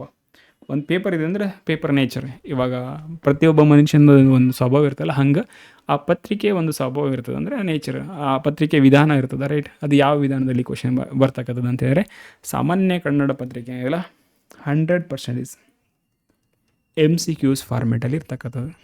ವಸ್ತುನಿಷ್ಠ ಮಾದರಿ ಪ್ರಶ್ನೆ ಪತ್ರಿಕೆ ಫಾರ್ಮೇಟಲ್ಲಿ ಬರ್ತಕ್ಕಂಥದ್ದು ನಮ್ಗೆ ಯಾವುದು, ಸಾಮಾನ್ಯ ಕನ್ನಡ. ಇದನ್ನ ನೆನಪಲ್ಲಿ ಇಟ್ಕೊಡ್ರಿ. ಇವಾಗ MCQs ಫಾರ್ಮೇಟಲ್ಲಿ ಅಂದರೆ ಆ MCQs ಫಾರ್ಮೇಟಲ್ಲಿ ಏನು ಚೇಂಜಸ್ ಆಗಿದೆ ಆಫ್ಟರ್ 2024 ಅದ್ರ ಬಗ್ಗೆ ಮುಂದಕ್ಕೆ ಡಿಸ್ಕಸ್ ಮಾಡೋಂಥ. ಅದಾದ ನಂತರ ಕಡ್ಡಾಯ ಕನ್ನಡ ಪತ್ರಿಕೆ ಎಲ್ಲ ಇದು ವಿವರಣಾತ್ಮಕ ಬರವಣಿಗೆ ರೂಪದಲ್ಲಿ ಇರ್ತಕ್ಕಂಥದ್ದು. ನಾವು ಇದನ್ನು ನೆನಪಲ್ಲಿ ಇಟ್ಕೊಡ್ರಿ. ಡಿಸ್ಕ್ರಿಪ್ಟಿವ್ ಫಾರ್ಮೇಟಲ್ಲಿ ಇರ್ತಕ್ಕಂಥದ್ದು ಇದು, ರೈಟ್. ಇವಾಗ ಡಿಸ್ಕ್ರಿಪ್ಟಿವ್ ಫಾರ್ಮೇಟಲ್ಲಿ ಬರೀಬೇಕಂದ್ರೆ ಡಿಸ್ಕ್ರಿಪ್ಟಿವ್ ಫಾರ್ಮೇಟಲ್ಲಿ ನಮ್ಗೆ ಏನೇನು ಕಂಡು ಬರ್ತದೆ ಅಂದರೆ, ಒಂದು ಲಘು ಪ್ರಬಂಧ, ಟ್ರಾನ್ಸ್ಲೇಷನ್, ಅದೇ ಭಾಷಾಂತರ, ಅದಾದಮೇಲೆ ಪತ್ರ ಬರವಣಿಗೆ, ಪತ್ರ ಲೇಖನ, ಸಂಕ್ಷಿಪ್ತ ಬರವಣಿಗೆ, ಪ್ರೆಸ್ ರೈಟಿಂಗ್, ಲೆಟರ್ ರೈಟಿಂಗ್, ಇವೇ ಇರ್ತಕ್ಕಂಥ, ರೈಟ್. ಇವುಗಳಿಗೆ ಸಂಬಂಧಪಟ್ಟ ಲೈಕ್ ವ್ಯವಹಾರಿಕ ಕನ್ನಡ ಹೇಳಿದ್ನಲ್ಲ ನಿಮ್ಗೆ, ಕಡ್ಡಾಯ ಕನ್ನಡ. ಸೊ ಕಡ್ಡಾಯ ಕನ್ನಡ ಏನಾಗಿರುತ್ತೆ ಅಂತ ಹೇಳಿದ್ರೆ ವಿವರಣಾತ್ಮಕ ಬರವಣಿಗೆ ರೂಪದಲ್ಲಿ ಇರ್ತಕ್ಕಂಥದ್ದು, ರೈಟ್. ಅದಾದ ಮೇಲೆ ಐಚ್ಛಿಕ ಕನ್ನಡ ಮೇನ್ಸಲ್ಲಿ ವಿವರಣಾತ್ಮಕ ಬರವಣಿಗೆ ರೂಪದಲ್ಲಿ ಇರ್ತಕ್ಕಂಥದ್ದು. ಕೆಲವು ಕಡೆ MCQs ಫಾರ್ಮೇಟಲ್ಲಿ ಕೂಡ ಸಿಗ್ತಕ್ಕಂಥದ್ದು, ಆದರೆ ಬಹಳಷ್ಟು ಕೇಸಲ್ಲಿ ವಿವರಣಾತ್ಮಕ ರೂಪದಲ್ಲಿ ಇರ್ತಕ್ಕಂಥದ್ದು. ಸೊ ಇದನ್ನು ಗಮನದಲ್ಲಿ ಇಟ್ಕೊಡ್ರಿ, ರೈಟ್. ಸೊ ಅಗೇನ್ ಕಡ್ಡಾಯ ಕನ್ನಡ, ಐಚ್ಛಿಕ ಕನ್ನಡ ವೇಟೇಜ್ ನಮ್ಮ ಕಡೆ ಕಡಿಮೆ ಇದೆ, ಜಾಸ್ತಿ ಇರ್ತಕ್ಕಂಥದ್ದು ಸಾಮಾನ್ಯ ಕನ್ನಡ. ಸೊ ಸಾಮಾನ್ಯ ಕನ್ನಡ ಯಾವ ಫಾರ್ಮೇಟಲ್ಲಿ ಇದೆ ಸರ್ ಅಂತಂದರೆ ವಸ್ತುನಿಷ್ಠ ಮಾದರಿ ಫಾರ್ಮೇಟಲ್ಲಿ ಇರ್ತಕ್ಕಂಥದ್ದು. ಈ ವಸ್ತುನಿಷ್ಠ ಮಾದರಿಗೆ ಸಂಬಂಧಪಟ್ಟದೆ ಇವಾಗ ಏನೇನು ಚೇಂಜಸ್ ಆಗಿದೆ ನಾವು ಮುಂದಕ್ಕೆ ನೋಡೋಣ ಅಂತ. ಫೈನ್ ಸರ್, ಇವಾಗ ಇದು ಕ್ಲಿಯರಾಗಿ ಅರ್ಥ ಆಗಿದೆ ಅನ್ಕೋತೀನಿ, ರೈಟ್. ನಾವು ಕಡ್ಡಾಯ ಕನ್ನಡ ಮತ್ತು ಐಚ್ಛಿಕ ಕನ್ನಡ ಇವಾಗ ಬಿಟ್ಬಿಡಿ ಆ ಕಡೆ. ಕಡ್ಡಾಯ ಕನ್ನಡದ ಮೇಲೆ ಗಮನ ಇರಬೇಕು. ಅಲ್ಲಿ ಏನಂತಂದರೆ ವಿವರಣಾತ್ಮಕ ಬರವಣಿಗೆ ರೂಪದಲ್ಲಿರುತ್ತೆ, ಅದನ್ನು ಒಂದು ಸರಿ ನೋಡ್ಕೊಡ್ರಿ ಸರ್. ನಾವು ಪರೀಕ್ಷೆಯ ಉದ್ದೇಶ ಸರ್, ಯಾಕಾಗಿ ಈ ಪೇಪರ್ಗಳನ್ನು ಕಂಡಕ್ಟ್ ಮಾಡ್ತಾರೆ ಅನ್ನೋದ್ರ ಬಗ್ಗೆ. ಪರೀಕ್ಷೆಯ ಉದ್ದೇಶ ನಿಮ್ಗೆ ಸಾಮಾನ್ಯ ಕನ್ನಡ ಬಂದರೆ ಕನ್ನಡ ಭಾಷೆ ವಿಷಯಕ್ಕೆ ಸಂಬಂಧಪಟ್ಟ ಒಂದು ಪತ್ರಿಕೆ ಇದೆ ಅಂದರೆ ಇದು ಯಾಕಾಗಿದೆ ಅಂತ ನಿಮಗೆ ಅರ್ಥ ಆಗಿದೆ ಇವಾಗ, ರೈಟ್. ಅಂತಿಮ ಉದ್ದೇಶ ಏನಾಗಿರುತ್ತೆ ಅಂತಂದರೆ ಕಡ್ಡಾಯ ಕನ್ನಡ ಪತ್ರಿಕೆ ಅಂತಿಮ ಆಯ್ಕೆ ಪಟ್ಟಿಗೆ ಪರಿಗಣಿಸ್ತಾರೆ. ಇದನ್ನು ನೀವು ನೆನಪಲ್ಲಿ ಇಟ್ಕೋಬೇಕು, ರೈಟ್. ಯಾವುದು ಸಾಮಾನ್ಯ ಕನ್ನಡ ಪತ್ರಿಕೆ. ಸೊ ಸಾಮಾನ್ಯ ಕನ್ನಡ ಪತ್ರಿಕೆ ಅಂತಿಮ ಆಯ್ಕೆ ಪಟ್ಟಿಗೆ ಅಂದರೆ ಈ ಸಾಮಾನ್ಯ ಕನ್ನಡ ಪತ್ರಿಕೆ MCQs ಫಾರ್ಮೇಟಲ್ಲಿ ನಾವು ತೊಗೊಳ್ತಕ್ಕಂಥ ಮಾರ್ಕ್ಸ್ ಏನಿದೆಲ್ಲ ಆ ಮಾರ್ಕ್ಸ್ ಮೆರಿಟ್ ಅಂತಿಮ ಆಯ್ಕೆ ಪಟ್ಟಿಗೆ ಪರಿಗಣಿಸ್ತಕ್ಕಂಥದ್ದು. ಇದರಿಂದ ನಾವು ಇಲ್ಲಿ ಏನು ಮಾಡ್ಬೇಕು ಅಂದರೆ ಮ್ಯಾಕ್ಸಿಮಮ್ ಎಷ್ಟು ಸ್ಕೋರ್ ಮಾಡೋಕ್ಕಾಗತ್ತಾ ಅಷ್ಟು ಸ್ಕೋರನ್ನು ಎಲ್ಲಿ ಮಾಡ್ಬೇಕು ಸರ್ ಅಂದರೆ ಸಾಮಾನ್ಯ ಕನ್ನಡ ಪತ್ರಿಕೆಯಲ್ಲಿ ನಾವು ಮಾಡಲೇಬೇಕು. MCQs ಫಾರ್ಮೇಟಲ್ಲಿ ಇರ್ತಕ್ಕಂಥದ್ದು, ಇದನ್ನು ನೆನಪಲ್ಲಿ ಇಟ್ಕೊಡ್ರಿ ಸರ್. ಸೆಕೆಂಡ್, ಕಡ್ಡಾಯ ಕನ್ನಡ ಪತ್ರಿಕೆಗೆ ಬರಲಿ ಸರ್. ಕಡ್ಡಾಯ ಕನ್ನಡ ಪತ್ರಿಕೆ ಅಂದರೆ ಕೇವಲ ಅರ್ಹತೆಗಾಗಿ ಕ್ವಾಲಿಫೈಯಿಂಗ್ ನೇಚರಲ್ಲಿ ಇರ್ತಕ್ಕಂಥದ್ದು. ಸೊ ಕಡ್ಡಾಯ ಕನ್ನಡ ಪತ್ರಿಕೆಯಲ್ಲಿ ಜಸ್ಟ್ ಕ್ವಾಲಿಫೈ ಆದರೆ ಸಾಕು ಸರ್. ಇದರಲ್ಲಿ ನಾವು ಮ್ಯಾಕ್ಸಿಮಮ್ ಮಾರ್ಕ್ಸ್ ಮಾಡಬೇಕಂತ ಏನಿಲ್ಲ. ಸೊ ಇಷ್ಟು ನೆನಪಲ್ಲಿ ಇಟ್ಕೊಡ್ರಿ. ಸೊ ಹಾಗಾಗಿ ಅಷ್ಟು ವೆಡೇಸ್ ಕೊಡಲ್ಲ ಅದ್ರ ಮೇಲೆ. ಅದಾದಮೇಲೆ ಐಚ್ಛಿಕ ಕನ್ನಡ ಏನಿದ್ರೆ ಅಂತಿಮ ಆಯ್ಕೆ ಪಟ್ಟಿಗೆ ಪರಿಗಣಿಸ್ತಕ್ಕಂಥದ್ದು. ಬಟ್ ಬಹುತೇಕ ಈ ಸಲ ಇದು ಭಾಳಷ್ಟು ಜನರಿಗೆ ಇದು ಅಪ್ಲಿಕ್ ಆಗಲ್ಲ. ಒಂದು ಮೇನ್ಸ್ ಆಗಿರಬೇಕು, ಇಲ್ಲ MA ಕನ್ನಡ ಆ ಡೈರೆಕ್ಷನಲ್ಲಿ ಇರಬೇಕು ಸರ್ ಅಷ್ಟೇ, ರೈಟ್. ಸೊ ಹಾಗಾಗಿ ನೆನಪಲ್ಲಿ ಇಟ್ಕೊಡ್ರಿ. ಐಚ್ಛಿಕ ಕನ್ನಡ ಆಲ್ವೇಸ್ ಅಂತಿಮ ಆಯ್ಕೆ ಪಟ್ಟಿಗೆ ಪರಿಗಣಿಸ್ತಕ್ಕಂಥದ್ದು. ಇನ್ನು ಸಾಮಾನ್ಯ ಕನ್ನಡ ಆಲ್ವೇಸ್ ಅಂತಿಮ ಆಯ್ಕೆ ಪಟ್ಟಿಗೆ ಪರಿಗಣಿಸ್ತಕ್ಕಂಥದ್ದು. ಕಡ್ಡಾಯ ಕನ್ನಡ ಏನಿದೆಯಲ್ಲ ಇದು ಆಲ್ವೇಸ್ ನೆನಪಲ್ಲಿ ಇರಲಿ ಕ್ವಾಲಿಫೈಯಿಂಗ್ ನೇಚರ್ ಇರುತ್ತೆ, ಅರ್ಹತೆಗಾಗಿ ಸಿಂಪಲಾಗಿ. ಇವಾಗ ನೀವು ಜಸ್ಟ್ 35% ಮಾರ್ಕ್ಸ್ ತೊಗೊಂಡ್ರೆ ನೀವು ಕ್ವಾಲಿಫೈ ಆದಂಗೆ ಸರ್ ಅಷ್ಟೇ ಕಡ್ಡಾಯ ಕನ್ನಡದಲ್ಲಿ. ಆದರೆ ಇವಾಗ ಈ 3 ಪತ್ರಿಕೆಗಳಿಗೆ ಸಂಬಂಧಪಟ್ಟಂತೆ ನೀವೇನಾದರೂ ಐಚ್ಛಿಕ ಕನ್ನಡ ಬಗ್ಗೆ ಗಮನ ಹರಿಸ್ತಾ ಇದ್ದರೆ ಮ್ಯಾಕ್ಸಿಮಮ್ ಸ್ಕೋರ್ ಮಾಡೋಕ್ಕೆ ಟ್ರೈ ಮಾಡಿ. ಎಷ್ಟು ಸ್ಕೋರ್ ಮಾಡ್ತೀರಿ ಅಷ್ಟು ನಿಮಗೆ ಸೆಲೆಕ್ಷನ್ ಆಗ್ತಕ್ಕಂಥ ಚಾನ್ಸಸ್ ಜಾಸ್ತಿ ಇರುತ್ತೆ.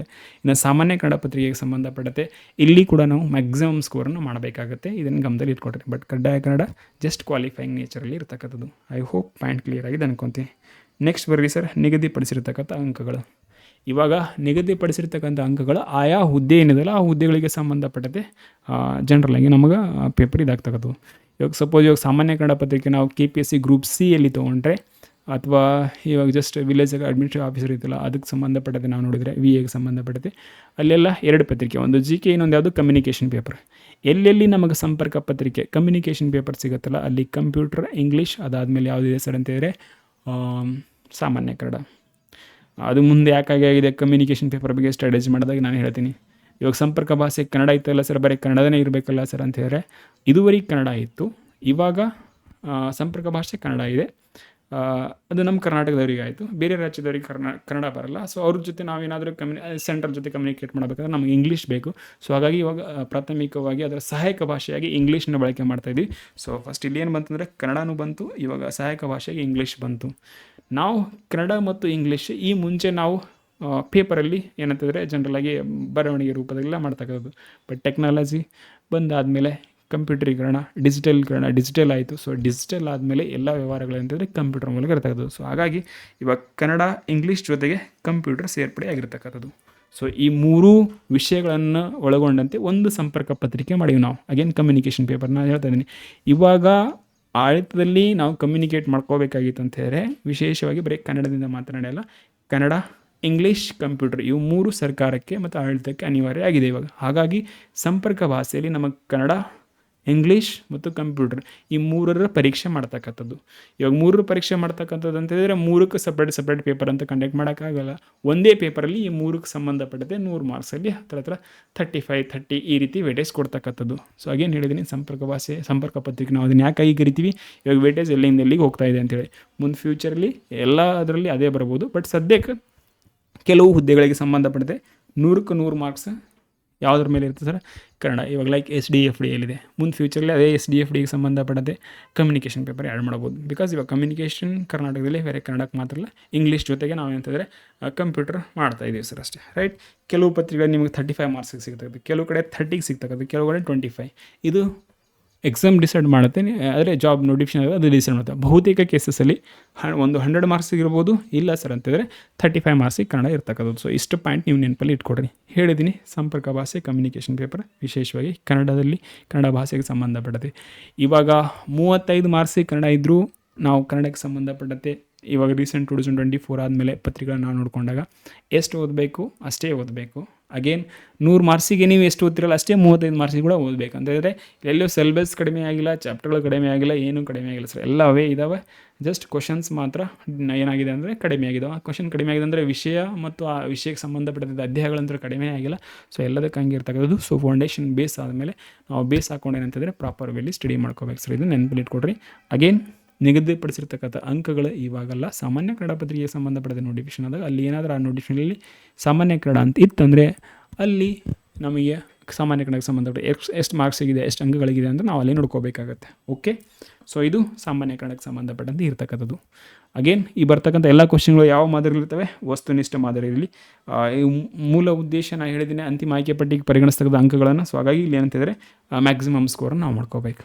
ಇವಾಗ ಬರ್ರಿ ಸರ್, ಯಾವುದು ಕಡ್ಡಾಯ ಕನ್ನಡ ಪತ್ರಿಕೆ. ಇದು ಕ್ವಾಲಿಫೈಯಿಂಗ್ ನೇಚರಲ್ಲಿ ಇರ್ತಕ್ಕಂಥದ್ದು. ಇನ್ನು ವಿವರಣಾತ್ಮಕ ಡಿಸ್ಕ್ರಿಪ್ಟಿವ್ ಫಾರ್ಮೆಟಲ್ಲಿ ಇರ್ತಕ್ಕಂಥದ್ದು. ಎಸ್ಸೆ ಫಾರ್ಮೆಟಲ್ಲಿ ನಾವು 300 ಅಂಕಗಳಿರ್ತಕ್ಕಂಥದ್ದು. 150 ಅಂಕಗಳಿಗಿರ್ತಕ್ಕಂಥದ್ದು, ಇನ್ನು 50 ಅಂಕಗಳಿಗಿರ್ತಕ್ಕಂಥದ್ದು. ಇವಾಗ KS ಮೇನ್ಸಲ್ಲಿ 150 ಮಾರ್ಕ್ಸ್ ಸಿಗಿದೆ, IAS ಮೇನ್ಸಲ್ಲಿ 300 ಮಾರ್ಕ್ಸ್ ಸಿಗಿದೆ ಸರ್.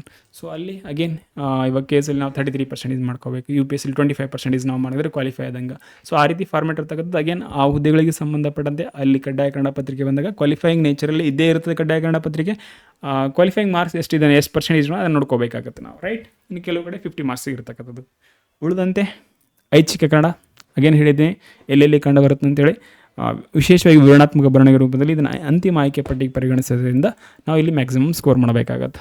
ಅಗೇನ್ ಇಲ್ಲಿ ಕೂಡ ಆ ಹುದ್ದೆಗಳು ಡಿಸೈಡ್ ಮಾಡ್ತಾವೆ. ಯಾವುದಂದರೆ 500 ಮಾರ್ಕ್ಸ್ ಸಿಗಿದೆ, 300 ಮಾರ್ಕ್ಸ್ ಸಿಗಿದೆ, 250 ಮಾರ್ಕ್ಸ್ ಸಿಗಿದೆ. ಇವಾಗ 250 × 250 ಮಾರ್ಕ್ಸ್ 2 ಪತ್ರಿಕೆಗಳು ನಮ್ಗೆ IAS ಮೇನ್ಸಲ್ಲಿ ಸಿಗ್ತಕ್ಕಂಥದ್ದು. ಸೊ 500 ಮಾರ್ಕ್ಸ್ ಇರ್ತಕ್ಕಂಥದ್ದು, ಕೆಲವು ಕಡೆ 150 ಮಾರ್ಕ್ಸ್ ಇರ್ತಕ್ಕಂಥದ್ದು. ಅಗೇನ್ ಹುದ್ದೆ ಡಿಸೈಡ್ ಮಾಡುತ್ತೆ. ಬಟ್ ಈ ಫಾರ್ಮೆಟಲ್ಲಿ ನೀವು ಮಾರ್ಕ್ಸ್ ಇರ್ತಕ್ಕಂಥದ್ದು. ನೀವು ಹುದ್ದೆನ ಹೇಳ್ಬಿಡೋದಲ್ಲ ಸರ್ ಅಂತ ನೋಟಿಫಿಕೇಶನ್ ಆದಾಗ ಅದ್ರ ಬೇಸ್ ಮೇಲೆ ಅವ್ರಿಗೆ ನಿಮ್ಗೆ ಸಿಗ್ತಕ್ಕಂಥದ್ದು. ಸದ್ಯಕ್ಕೆ ಇಷ್ಟು ನೆನಪಿಟ್ಕೊಂಡ್ರೆ ಸಾಮಾನ್ಯ ಕನ್ನಡ, ಕಡ್ಡಾಯ ಕನ್ನಡ, ಐಚ್ಛಿಕ ಕನ್ನಡಕ್ಕೆ ಸಂಬಂಧಪಟ್ಟಂತೆ ವ್ಯತ್ಯಾಸಗಳು ಏನಿದೆ ಅಷ್ಟು ನಮಗೊಂದು ಪ್ರಾಪರ್ ಐಡಿಯಾ ಇರಬೇಕಷ್ಟೇ, right. I hope point clear ಆಗಿದೆ ಅನ್ಕೊತೀನಿ. ನಾವು ನೆಕ್ಸ್ಟ್ ಬರ್ರಿ ಸರ್, ಕಠಿಣತೆಯ ಮಟ್ಟ, ಡಿಫಿಕಲ್ಟಿ ಲೆವೆಲ್ ಏನಿದೆ ಸರ್ ಅಂತಂದರೆ, ಫಸ್ಟು ಸಾಮಾನ್ಯ ಕನ್ನಡ ಪತ್ರಿಕೆ ಏನಿಲ್ಲ ಇದು PUC SDFಗೆ ಸಂಬಂಧಪಟ್ಟಿದೆ. PUC ಮೇಲೆ ಮಾಡಿದರೂ ಕೂಡ ಕ್ವಶನ್ ಪೇಪರ್ ಮಾತ್ರ ಪದವಿ ಮಟ್ಟದಲ್ಲೇ ಇರ್ತಕ್ಕಂಥದ್ದು. ಇದುವರೆಗೆ ಲಾಸ್ಟ್ 2024 ಆದಮೇಲೆ ನಾವು ನೋಡ್ತಕ್ಕಂಥದ್ದು. ಸೊ ಹಾಗಾಗಿ ಡಿಫಿಕಲ್ಟಿ ಲೆವೆಲ್ ಏರಿಯಾ ಪದವಿ ಮಟ್ಟದವರೆಗೆ ಇರ್ತಕ್ಕಂಥದ್ದು ಯಾವುದು, ಕಠಿಣತೆ ಮಟ್ಟ ಸಾಮಾನ್ಯ ಕನ್ನಡ ಪತ್ರಿಕೆಗೆ ಸಂಬಂಧಪಟ್ಟಂತೆ ಒಬ್ಬ ಪದವೀಧರನಿಗೆ ಇರಬೇಕಾದ ನಾಲೆಜ್ ಏನಿಲ್ಲ ಅಷ್ಟನ್ನು ನಾವು ಅವರು ಪರೀಕ್ಷೆ ಕಂಡಕ್ಟ್ ಮಾಡ್ತಕ್ಕಂಥದ್ದು ಸಾಮಾನ್ಯ ಕನ್ನಡ ಪತ್ರಿಕೆಯಲ್ಲಿ ಪರೀಕ್ಷೆ ಮಾಡ್ತಕ್ಕಂಥದ್ದು. ಇನ್ನು ಕಡ್ಡಾಯ ಕನ್ನಡ ಪತ್ರಿಕೆ, ನಾನು ಪದೇ ಹೇಳ್ತಾ ಇದ್ದೀನಿ ನಿಮ್ಗೆ, ರೈಟ್. ಕಡ್ಡಾಯ ಕನ್ನಡ ಪತ್ರಿಕೆ ಅಂದರೆ 10ನೇ ತರಗತಿ ಮಟ್ಟದಲ್ಲಿ ಇರ್ತಕ್ಕಂಥದ್ದು. SLC ಲೆವೆಲಲ್ಲಿ ಇರ್ತಕ್ಕಂಥದ್ದು. ಅವ್ರು ಕ್ಲಿಯರಾಗಿ ಹೇಳಿದಾರೆ, ಒಬ್ಬ ಜಸ್ಟ್ ನಿಮಗೆ SLC ಪಾಸ್ ಆಗಿದ್ದೀರ ಅಂತ ಹೇಳಿದ್ರೆ ಅಲ್ಲಿ ಕನ್ನಡ ಭಾಷೆಗೆ ಸಂಬಂಧಪಟ್ಟಂತೆ ಸಾಮಾನ್ಯವಾಗಿ SLC ಮಟ್ಟದಲ್ಲಿ ಕಮ್ಯುನಿಕೇಷನ್ ಮಾಡೋಕ್ಕೆ ಎಷ್ಟು ಬೇಕಲ್ಲ ಆ ಲೆವೆಲಲ್ಲಿ ಮಾತ್ರ ಏನಂತಾರೆ ಕ್ವಶನ್ ಬರ್ತಕ್ಕಂಥದ್ದು. ಅವ್ರು ಹಂಗೆ ಹೇಳ್ತಾರೆ. ಬಟ್ ಡಿಫಿಕಲ್ಟಿ ಲೆವೆಲ್ ಚೆನ್ನಾಗೇ ಇರುತ್ತೆ sir, no worry. But qualifying paper ಇದೆ ಅಷ್ಟೇ. ಇನ್ನು ಐಚ್ಛಿಕ ಕನ್ನಡ ಏನಿಲ್ಲ, ವಿಶೇಷವಾಗಿ ಸಾಹಿತ್ಯದ ಕಡೆ ಜಾಸ್ತಿ ಗಮನ ಹರಿಸ್ತಕ್ಕಂಥದ್ದು. ಇಲ್ಲಿ ಒಂದು ಪದವಿ ಮಟ್ಟದಲ್ಲಿ ಇರ್ತಕ್ಕಂಥದ್ದು, ಇನ್ನೊಂದು ಸ್ನಾತಕೋತ್ತರ ಮಟ್ಟದಲ್ಲಿ ಇರ್ತಕ್ಕಂಥದ್ದು. IAS ಮೇನ್ಸಲ್ಲಿ ಆಪ್ಷನಲ್ ಕನ್ನಡ ಡಿಗ್ರಿ ಲೆವೆಲ್ವರೆಗೆ, ಅದಾದಮೇಲೆ ಅಗೇನ್ MA ಕನ್ನಡ ಸ್ನಾತಕೋತ್ತರ. ನೀವು MA ಮಾಡಿದರೆ ಅದಾದಮೇಲೆ PU ಲೆಕ್ಚರ್ ಲೆವೆಲಿಗೆ ಹೋದ್ರೆ ಸ್ನಾತಕೋತ್ತರ ಲೆವೆಲಲ್ಲಿ ಇರ್ತಕ್ಕಂಥದ್ದು, ರೈಟ್. Master degree. ಸೊ ಇಷ್ಟು ಪಾಯಿಂಟ್ ನಿಮಗೆ ನೆನಪಲ್ಲಿ ಇಟ್ಕೊಡ್ರಿ. ನಮ್ಮ ಕೆಲಸ ಯಾಕಂದರೆ ವಿಶೇಷವಾಗಿ ಜಾಸ್ತಿ ಗಮನ ಕೊಡ್ತಾರೆ ಯಾವುದು, ಸಾಮಾನ್ಯ ಕನ್ನಡ. ನಾವು ಸಾಮಾನ್ಯ ಕನ್ನಡ ಯಾವ ಲೆವೆಲಲ್ಲಿ ಇದ್ದೀವಿ ಸರ್, ಪದವಿ ಮಟ್ಟ ಡಿಗ್ರಿ ಲೆವೆಲಲ್ಲಿ ಇರ್ತಕ್ಕಂಥದ್ದು. ಇದನ್ನು ನೆನಪಲ್ಲಿ ಇಟ್ಕೊಳ್ರಿ. Okay sir, fine. ನಾವು ಬರೀ ಸರ್ ಇವಾಗ ಪಠ್ಯಕ್ರಮದ ಸಾರಾಂಶ.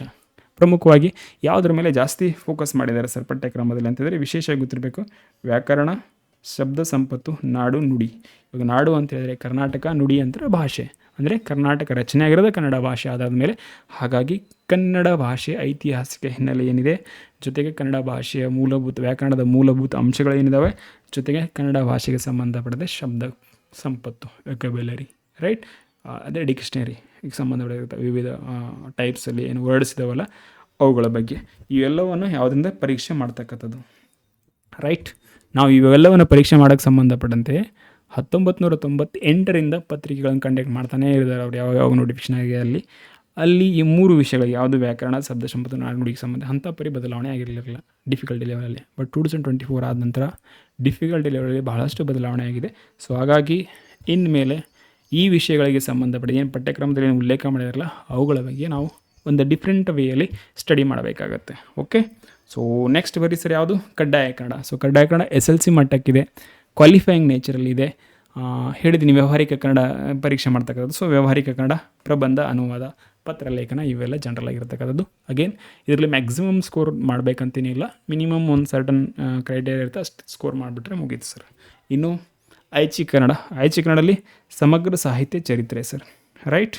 ನಾವು ಇಲ್ಲಿ ವ್ಯಾಕರಣ ಮತ್ತು ಶಬ್ದ ಸಂಪತ್ತಿಗೆ ಪಂಡಿಗೆ 70ರಿಂದ 80% ವೇಟೇಜ್ ಇದ್ದರೆ ಯಾವುದು ಆಪ್ಷನಲ್ ಕನ್ನಡ ಪೇಪರಲ್ಲಿ ಸಮಗ್ರ ಸಾಹಿತ್ಯ ಚರಿತ್ರೆ, ವ್ಯಾಕರಣ ಮತ್ತು ವಿಮರ್ಶೆ. ವಿಶೇಷವಾಗಿ ಇಲ್ಲಿ ಅಂತಂದರೆ 70 to 80% ಸಾಹಿತ್ಯದ ಬಗ್ಗೆ ವೇಟೇಜ್ ಜಾಸ್ತಿ ಇರ್ತಕ್ಕಂಥದ್ದು. ಇನ್ನು ವ್ಯಾಕರಣ ಮತ್ತು ಕನ್ನಡ ಭಾಷೆ ಐತಿಹಾಸಿಕ ಹಿನ್ನೆಲೆ ಪರ್ಸೆಂಟ್ 25-30% ರೈಟ್. 70 ನೀವು ಕನ್ನಡ ಸಾಹಿತ್ಯದ ಮೇಲೇ ಫೋಕಸ್ ಮಾಡಬೇಕಿಲ್ಲ ಯಾವುದು ಐಚ್ಛಿಕ ಕನ್ನಡ ಪೇಪರಲ್ಲಿ. ಸೊ ಇದರಿಂದ ನಿಮಗೆ ಗೊತ್ತಾಗ್ತದೆ ವ್ಯತ್ಯಾಸ ಏನಿದೆ ಅಂತೇಳಿ, ರೈಟ್.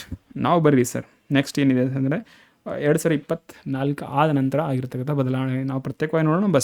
ಕಠಿಣತೆ ಮಟ್ಟ ಮತ್ತು ಉನ್ನತ ಮಟ್ಟದ ಪ್ರಶ್ನೆಗಳು ಬರ್ತಿರ್ತಕ್ಕಂಥದ್ದು ಡಿಫಿಕಲ್ಟಿ ಲೆವೆಲ್ ಇನ್ಮೇಲೆ ಜಾಸ್ತಿ ಬರ್ತಾ ಇದ್ದಾವೆ. ಏನಾಗಿದೆ ಅಂತ ನೋಡೋಣ. ವಿಷಯದ ಆಳದಲ್ಲಿ ಬದಲಾವಣೆ ಆಗಿರ್ತಕ್ಕಂಥದ್ದು ಈ ಮುಂಚೆ ಅವ್ರು ಹೇಳ್ತಾರೆ SLC ಲೆವೆಲ್ವರೆಗೆ ಅಂತೇಳಿ ಯಾವುದು ಕಡ್ಡಾಯ ಕನ್ನಡ ಪತ್ರಿಕೆ, ಬಟ್ ಸ್ಟಿಲ್ ಡಿಫಿಕಲ್ಟಿ ಲೆವೆಲ್ ಚೆನ್ನಾಗೇ ಬರ್ತಾ ಇದೆ ಇವಾಗ. ಇನ್ನು ಸಮಗ್ರ ಅರ್ಥೈಸಿಕೆ ಹೆಚ್ಚಿನ ಆದ್ಯತೆ ಕೊಡ್ತಕ್ಕಂಥದ್ದು ಯಾವುದು ಐಚ್ಛಿಕ ಕನ್ನಡ ಪತ್ರಿಕೆಯಲ್ಲಿ.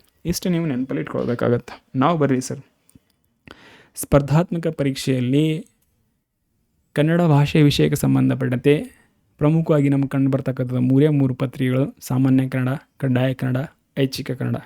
ರೈಟ್. ಅದರಲ್ಲಿ ಕಡ್ಡಾಯ ಕನ್ನಡ ಮತ್ತು ಐಚ್ಛಿಕ ಕನ್ನಡದ ವಿಶೇಷವಾಗಿ ಯಾವ್ಯಾವ ಹುದ್ದೆಗಳಲ್ಲಿ ಬರುತ್ತೆ ಮತ್ತು ಅವುಗಳ ವೇಟೇಜ್ ಏನಿದೆ, ಮಾದರಿ ಫಾರ್ಮೆಟ್ ಏನಿದೆ ಹೇಳ್ಬಿಟ್ಟಿನಿ. ಇವಾಗ ನಾವು ಜಾಸ್ತಿ ಕರ್ನಾಟಕದಲ್ಲಿ ಗ್ರೂಪ್ ಸಿ ಹುದ್ದೆ ಲೆವೆಲ್ ಏನಿದ್ರೆ ಅದಕ್ಕೆ ಸಂಬಂಧಪಟ್ಟಂತೆ ಅತಿ ಹೆಚ್ಚು ನೋಟಿಫಿಕೇಷನ್ ಆಗಿಲ್ಲ ಸರ್. ಅತಿ ಹೆಚ್ಚು ಅಂತ ಹೇಳಿದ್ರೆ ಹುದ್ದೆಗಳು ಖಾಲಿ ಇರೋದರಲ್ಲಿ ಅತಿ ಹೆಚ್ಚು ಹುದ್ದೆಗಳು ಗ್ರೂಪ್ ಸಿ ಲೆವೆಲಲ್ಲಿ ಇರ್ತಕ್ಕಂಥದ್ದು. Okay fine. ಇವಾಗ ನಾವು ಹಾಗಾಗಿ ನೋಟಿಫಿಕೇಷನ್ ಮುಂದಾದರೆ ಗ್ರೂಪ್ ಸಿ ಲೆವೆಲ್ ಹುದ್ದೆಗಳಿಗೆ ನೋಟಿಫಿಕೇಷನ್ ಜಾಸ್ತಿ ಆಗ್ತಕ್ಕಂಥದ್ದು. ಪೊಲೀಸ್ ಡಿಪಾರ್ಟ್ಮೆಂಟ್ ಪೊಲೀಸ್ ಡಿಪಾರ್ಟ್ಮೆಂಟ್ ಅನ್ಕೊಟ್ಟು ಅದನ್ನು ಒಂದು ಹೊರತುಪಡಿಸಿದರೆ ಬಹುತೇಕ ಎಲ್ಲ ಕಡೆ ನಮಗೆ ಸಾಮಾನ್ಯ ಕನ್ನಡ ಪತ್ರಿಕೆ ಸಿಗ್ತಕ್ಕಂಥದ್ದು. ಸೊ ಹಾಗಾಗಿ ನಮ್ಮ ಹೆಚ್ಚಿನ ಫೋಕಸ್ ಯಾವುದರ ಮೇಲೆ ಆಗಿರ್ಬೇಕಂದ್ರೆ ಸಾಮಾನ್ಯ ಕನ್ನಡಕ್ಕೆ ಸಂಬಂಧಪಟ್ಟತೆ. ಅಗೇನ್ ಸಾಮಾನ್ಯ ಕನ್ನಡ ಇದರ ಅಂತಿಮ ಆಯ್ಕೆ ಪಟ್ಟಿಗೆ ಪರಿಗಣಿಸ್ತಾರೆ. ಇದರಲ್ಲಿ ಪಡ್ತಕ್ಕಂಥ ಅಂಕಗಳು ಸಾಮಾನ್ಯ ಕನ್ನಡ ಪತ್ರಿಕೆ MCQs ಫಾರ್ಮೆಟಲ್ಲಿರುತ್ತೆ. MCQs ಫಾರ್ಮೆಟ್ ಏನಿದೆ ಅಂತ ನಾನು ಇವಾಗ ಹೇಳ್ತೀನಿ. ನಾನು ನಿಮಗೆ ಉಳಿದಂತೆ ಎಷ್ಟು ಮಾರ್ಕ್ಸ್ ಸಿಲೆಬಸ್ ಏನಿದೆ ಜನರಲಾಗಿ ಹೇಳಿದ್ದೀನಿ. Fine sir. ಇವಾಗ ಈ 3 ಪತ್ರಿಕೆಗಳಿಗೆ ಸಂಬಂಧಪಟ್ಟಂತೆ ನೋಟಿಫಿಕೇಷನ್ ಈ 3 ಸಾಮಾನ್ಯ ಕನ್ನಡ, ಕಡ್ಡಾಯ ಕನ್ನಡ, ಐಚ್ಛಿಕ ಕನ್ನಡ ಏನಂತ ಹೇಳಿದ್ರೆ ನಿಮ್ಗೆ ಯಾವುದೇ ರೀತಿಯ ಕನ್ಫ್ಯೂಸ್ ಇರಲ್ಲ ಅಂತ ನಾನು ಅಂದ್ಕೊಂಡಿದ್ದೀನಿ. ಇನ್ನೇನಾದರೂ ಕನ್ಫ್ಯೂಸ್ ಇತ್ತಂದರೆ ನಾವು ಪ್ರಾಪರ್ ವೇಲಿ ಕ್ಲಾಸಸ್ ಕಂಟಿನ್ಯೂ ಮಾಡೋಣ.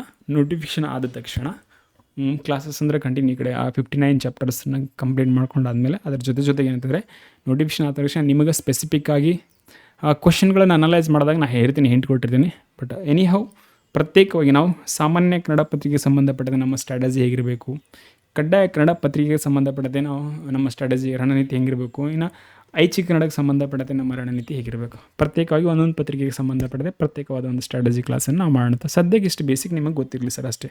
ಸೊ ಇದು ಸ್ಪರ್ಧಾತ್ಮಕ ಪರೀಕ್ಷೆಯಲ್ಲಿ ಕನ್ನಡ ಭಾಷೆಯನ್ನು ನಾವು ಒಂದು ವಿಷಯವಾಗಿ ಪರಿಗಣಿಸಿದಾಗ ಆ ವಿಷಯಕ್ಕೆ ಸಂಬಂಧಪಟ್ಟಂತೆ ಕಂಡು ಬರ್ತಕ್ಕಂತಹ ಪ್ರಮುಖ 3 ಪತ್ರಿಕೆಗಳ ಒಂದು ಸಾಮಾನ್ಯ ಪರಿಚಯ ಆಗಿತ್ತು.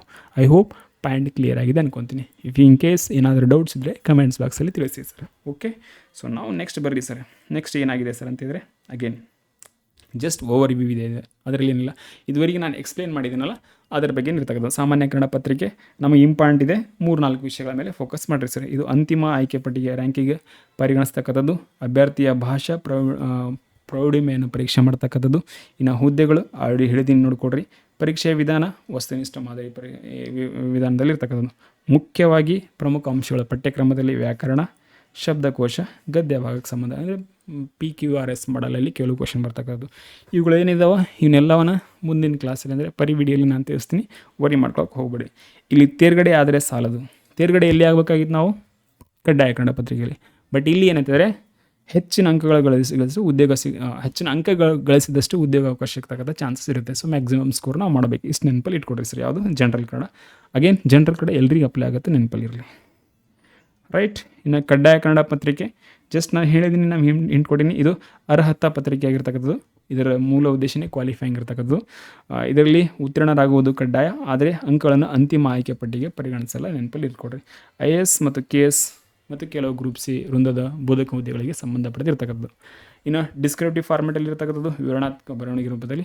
ಡಿಸ್ಕ್ರಿಪ್ಟಿವ್ ಫಾರ್ಮೆಟಲ್ಲಿ ಏನಿರುತ್ತೆ ಸರ್? ಪತ್ರಲೇಖನ ಇರುತ್ತೆ, ಪ್ರಬಂಧ ಲೇಖನ, ಪತ್ರಲೇಖನ, ಸಂಕ್ಷಿಪ್ತ ಬರವಣಿಗೆ, ಪ್ರೆಸ್ ರೈಟಿಂಗ್, ಅನುವಾದ, ಟ್ರಾನ್ಸ್ಲೇಷನ್. ಇವುಗಳ ಬಗ್ಗೆ ಪ್ರತ್ಯೇಕವಾಗಿ ನೋಡೋಣ. ಅಭ್ಯರ್ಥಿಗೆ ಕನ್ನಡದಲ್ಲಿ ಆಡಳಿತ ನಡೆಸುವ ಸಾಮರ್ಥ್ಯವಿದೆಯೇ ಎಂಬುದನ್ನು ನೋಡ್ತಕ್ಕಂಥದ್ದು. ರೈಟ್. ನಾವು MCQs ಫಾರ್ಮೆಟಲ್ಲಿ ಜಸ್ಟ್ ಓದಿರ್ತೀವಿ, ನೋಡಿ ಆನ್ಸರ್ ಹಾಕ್ಬಿಟ್ಟು 4ರಲ್ಲಿ ಒಂದು ಟಿಕ್ ಮಾಡಿ ಹೋಗ್ಬಿಡಿ. ಬಟ್ ಕಡ್ಡಾಯ ಕನ್ನಡ ಪತ್ರಿಕೆ ಡಿಸ್ಕ್ರಿಪ್ಟಿವ್ ಫಾರ್ಮೆಟಲ್ಲಿ ಅಲ್ಲಿ ನಮಗೆ ಸಂಪರ್ಕ ಭಾಷೆ ಅಂದರೆ ಕಮ್ಯುನಿಕೇಟ್ ನಾವು ಹೆಂಗೆ ಮಾಡಬೇಕು ಅನ್ನೋದು ಗೊತ್ತಾಗುತ್ತೆ ಸರ್. ವ್ಯವಹಾರಿಕ ಕನ್ನಡ ಪ್ರಾಪರ್ ವೇಲಿ ಕಡ್ಡಾಯ ಕನ್ನಡ ಪತ್ರಿಕೆಯಲ್ಲಿ ಪರೀಕ್ಷೆ ಆಗ್ತಕ್ಕಂಥದ್ದು. ಐ ಹೋಪ್ ಕ್ಲಿಯರ್ ಆಗಿದೆ ಅನ್ಕೋತೀನಿ. ಇದು ನೆಕ್ಸ್ಟ್ ಐಚ್ಛಿಕ ಕನ್ನಡ ಜಸ್ಟ್ ಡಿಸ್ಕಷನ್ ಮಾಡಿವಿ. ಇದು ಕನ್ನಡ ಸಾಹಿತ್ಯಕ್ಕೆ ಸಂಬಂಧಪಟ್ಟಂತೆ ಆಳವಾಗಿ ಅಧ್ಯಯನ ಮಾಡೋರು. ಯಾರಿಗೆ ಕನ್ನಡ ಸಾಹಿತ್ಯದಲ್ಲಿ ವಿಶೇಷ ಆಸಕ್ತಿ ಇರ್ತದಲ್ಲ ಅವರು ಈ ಪತ್ರಿಕೆಯನ್ನು ತೊಗೊಳ್ತಕ್ಕಂಥದ್ದು. ಇನ್ನು ಹುದ್ದೆ IAS ಇದೆ, KS ಇವಾಗ ಸದ್ಯಕ್ಕಿಲ್ಲ, ಮುಂಚೆ ಇತ್ತು, ಇದನ್ನು ತೆಗೆದು ಹಾಕಿಬಿಡಿ. ರೈಟ್. ಆಪ್ಷನಲ್ ಪೇಪರ್ ತೆಗೆದಿದ್ದಾರೆ.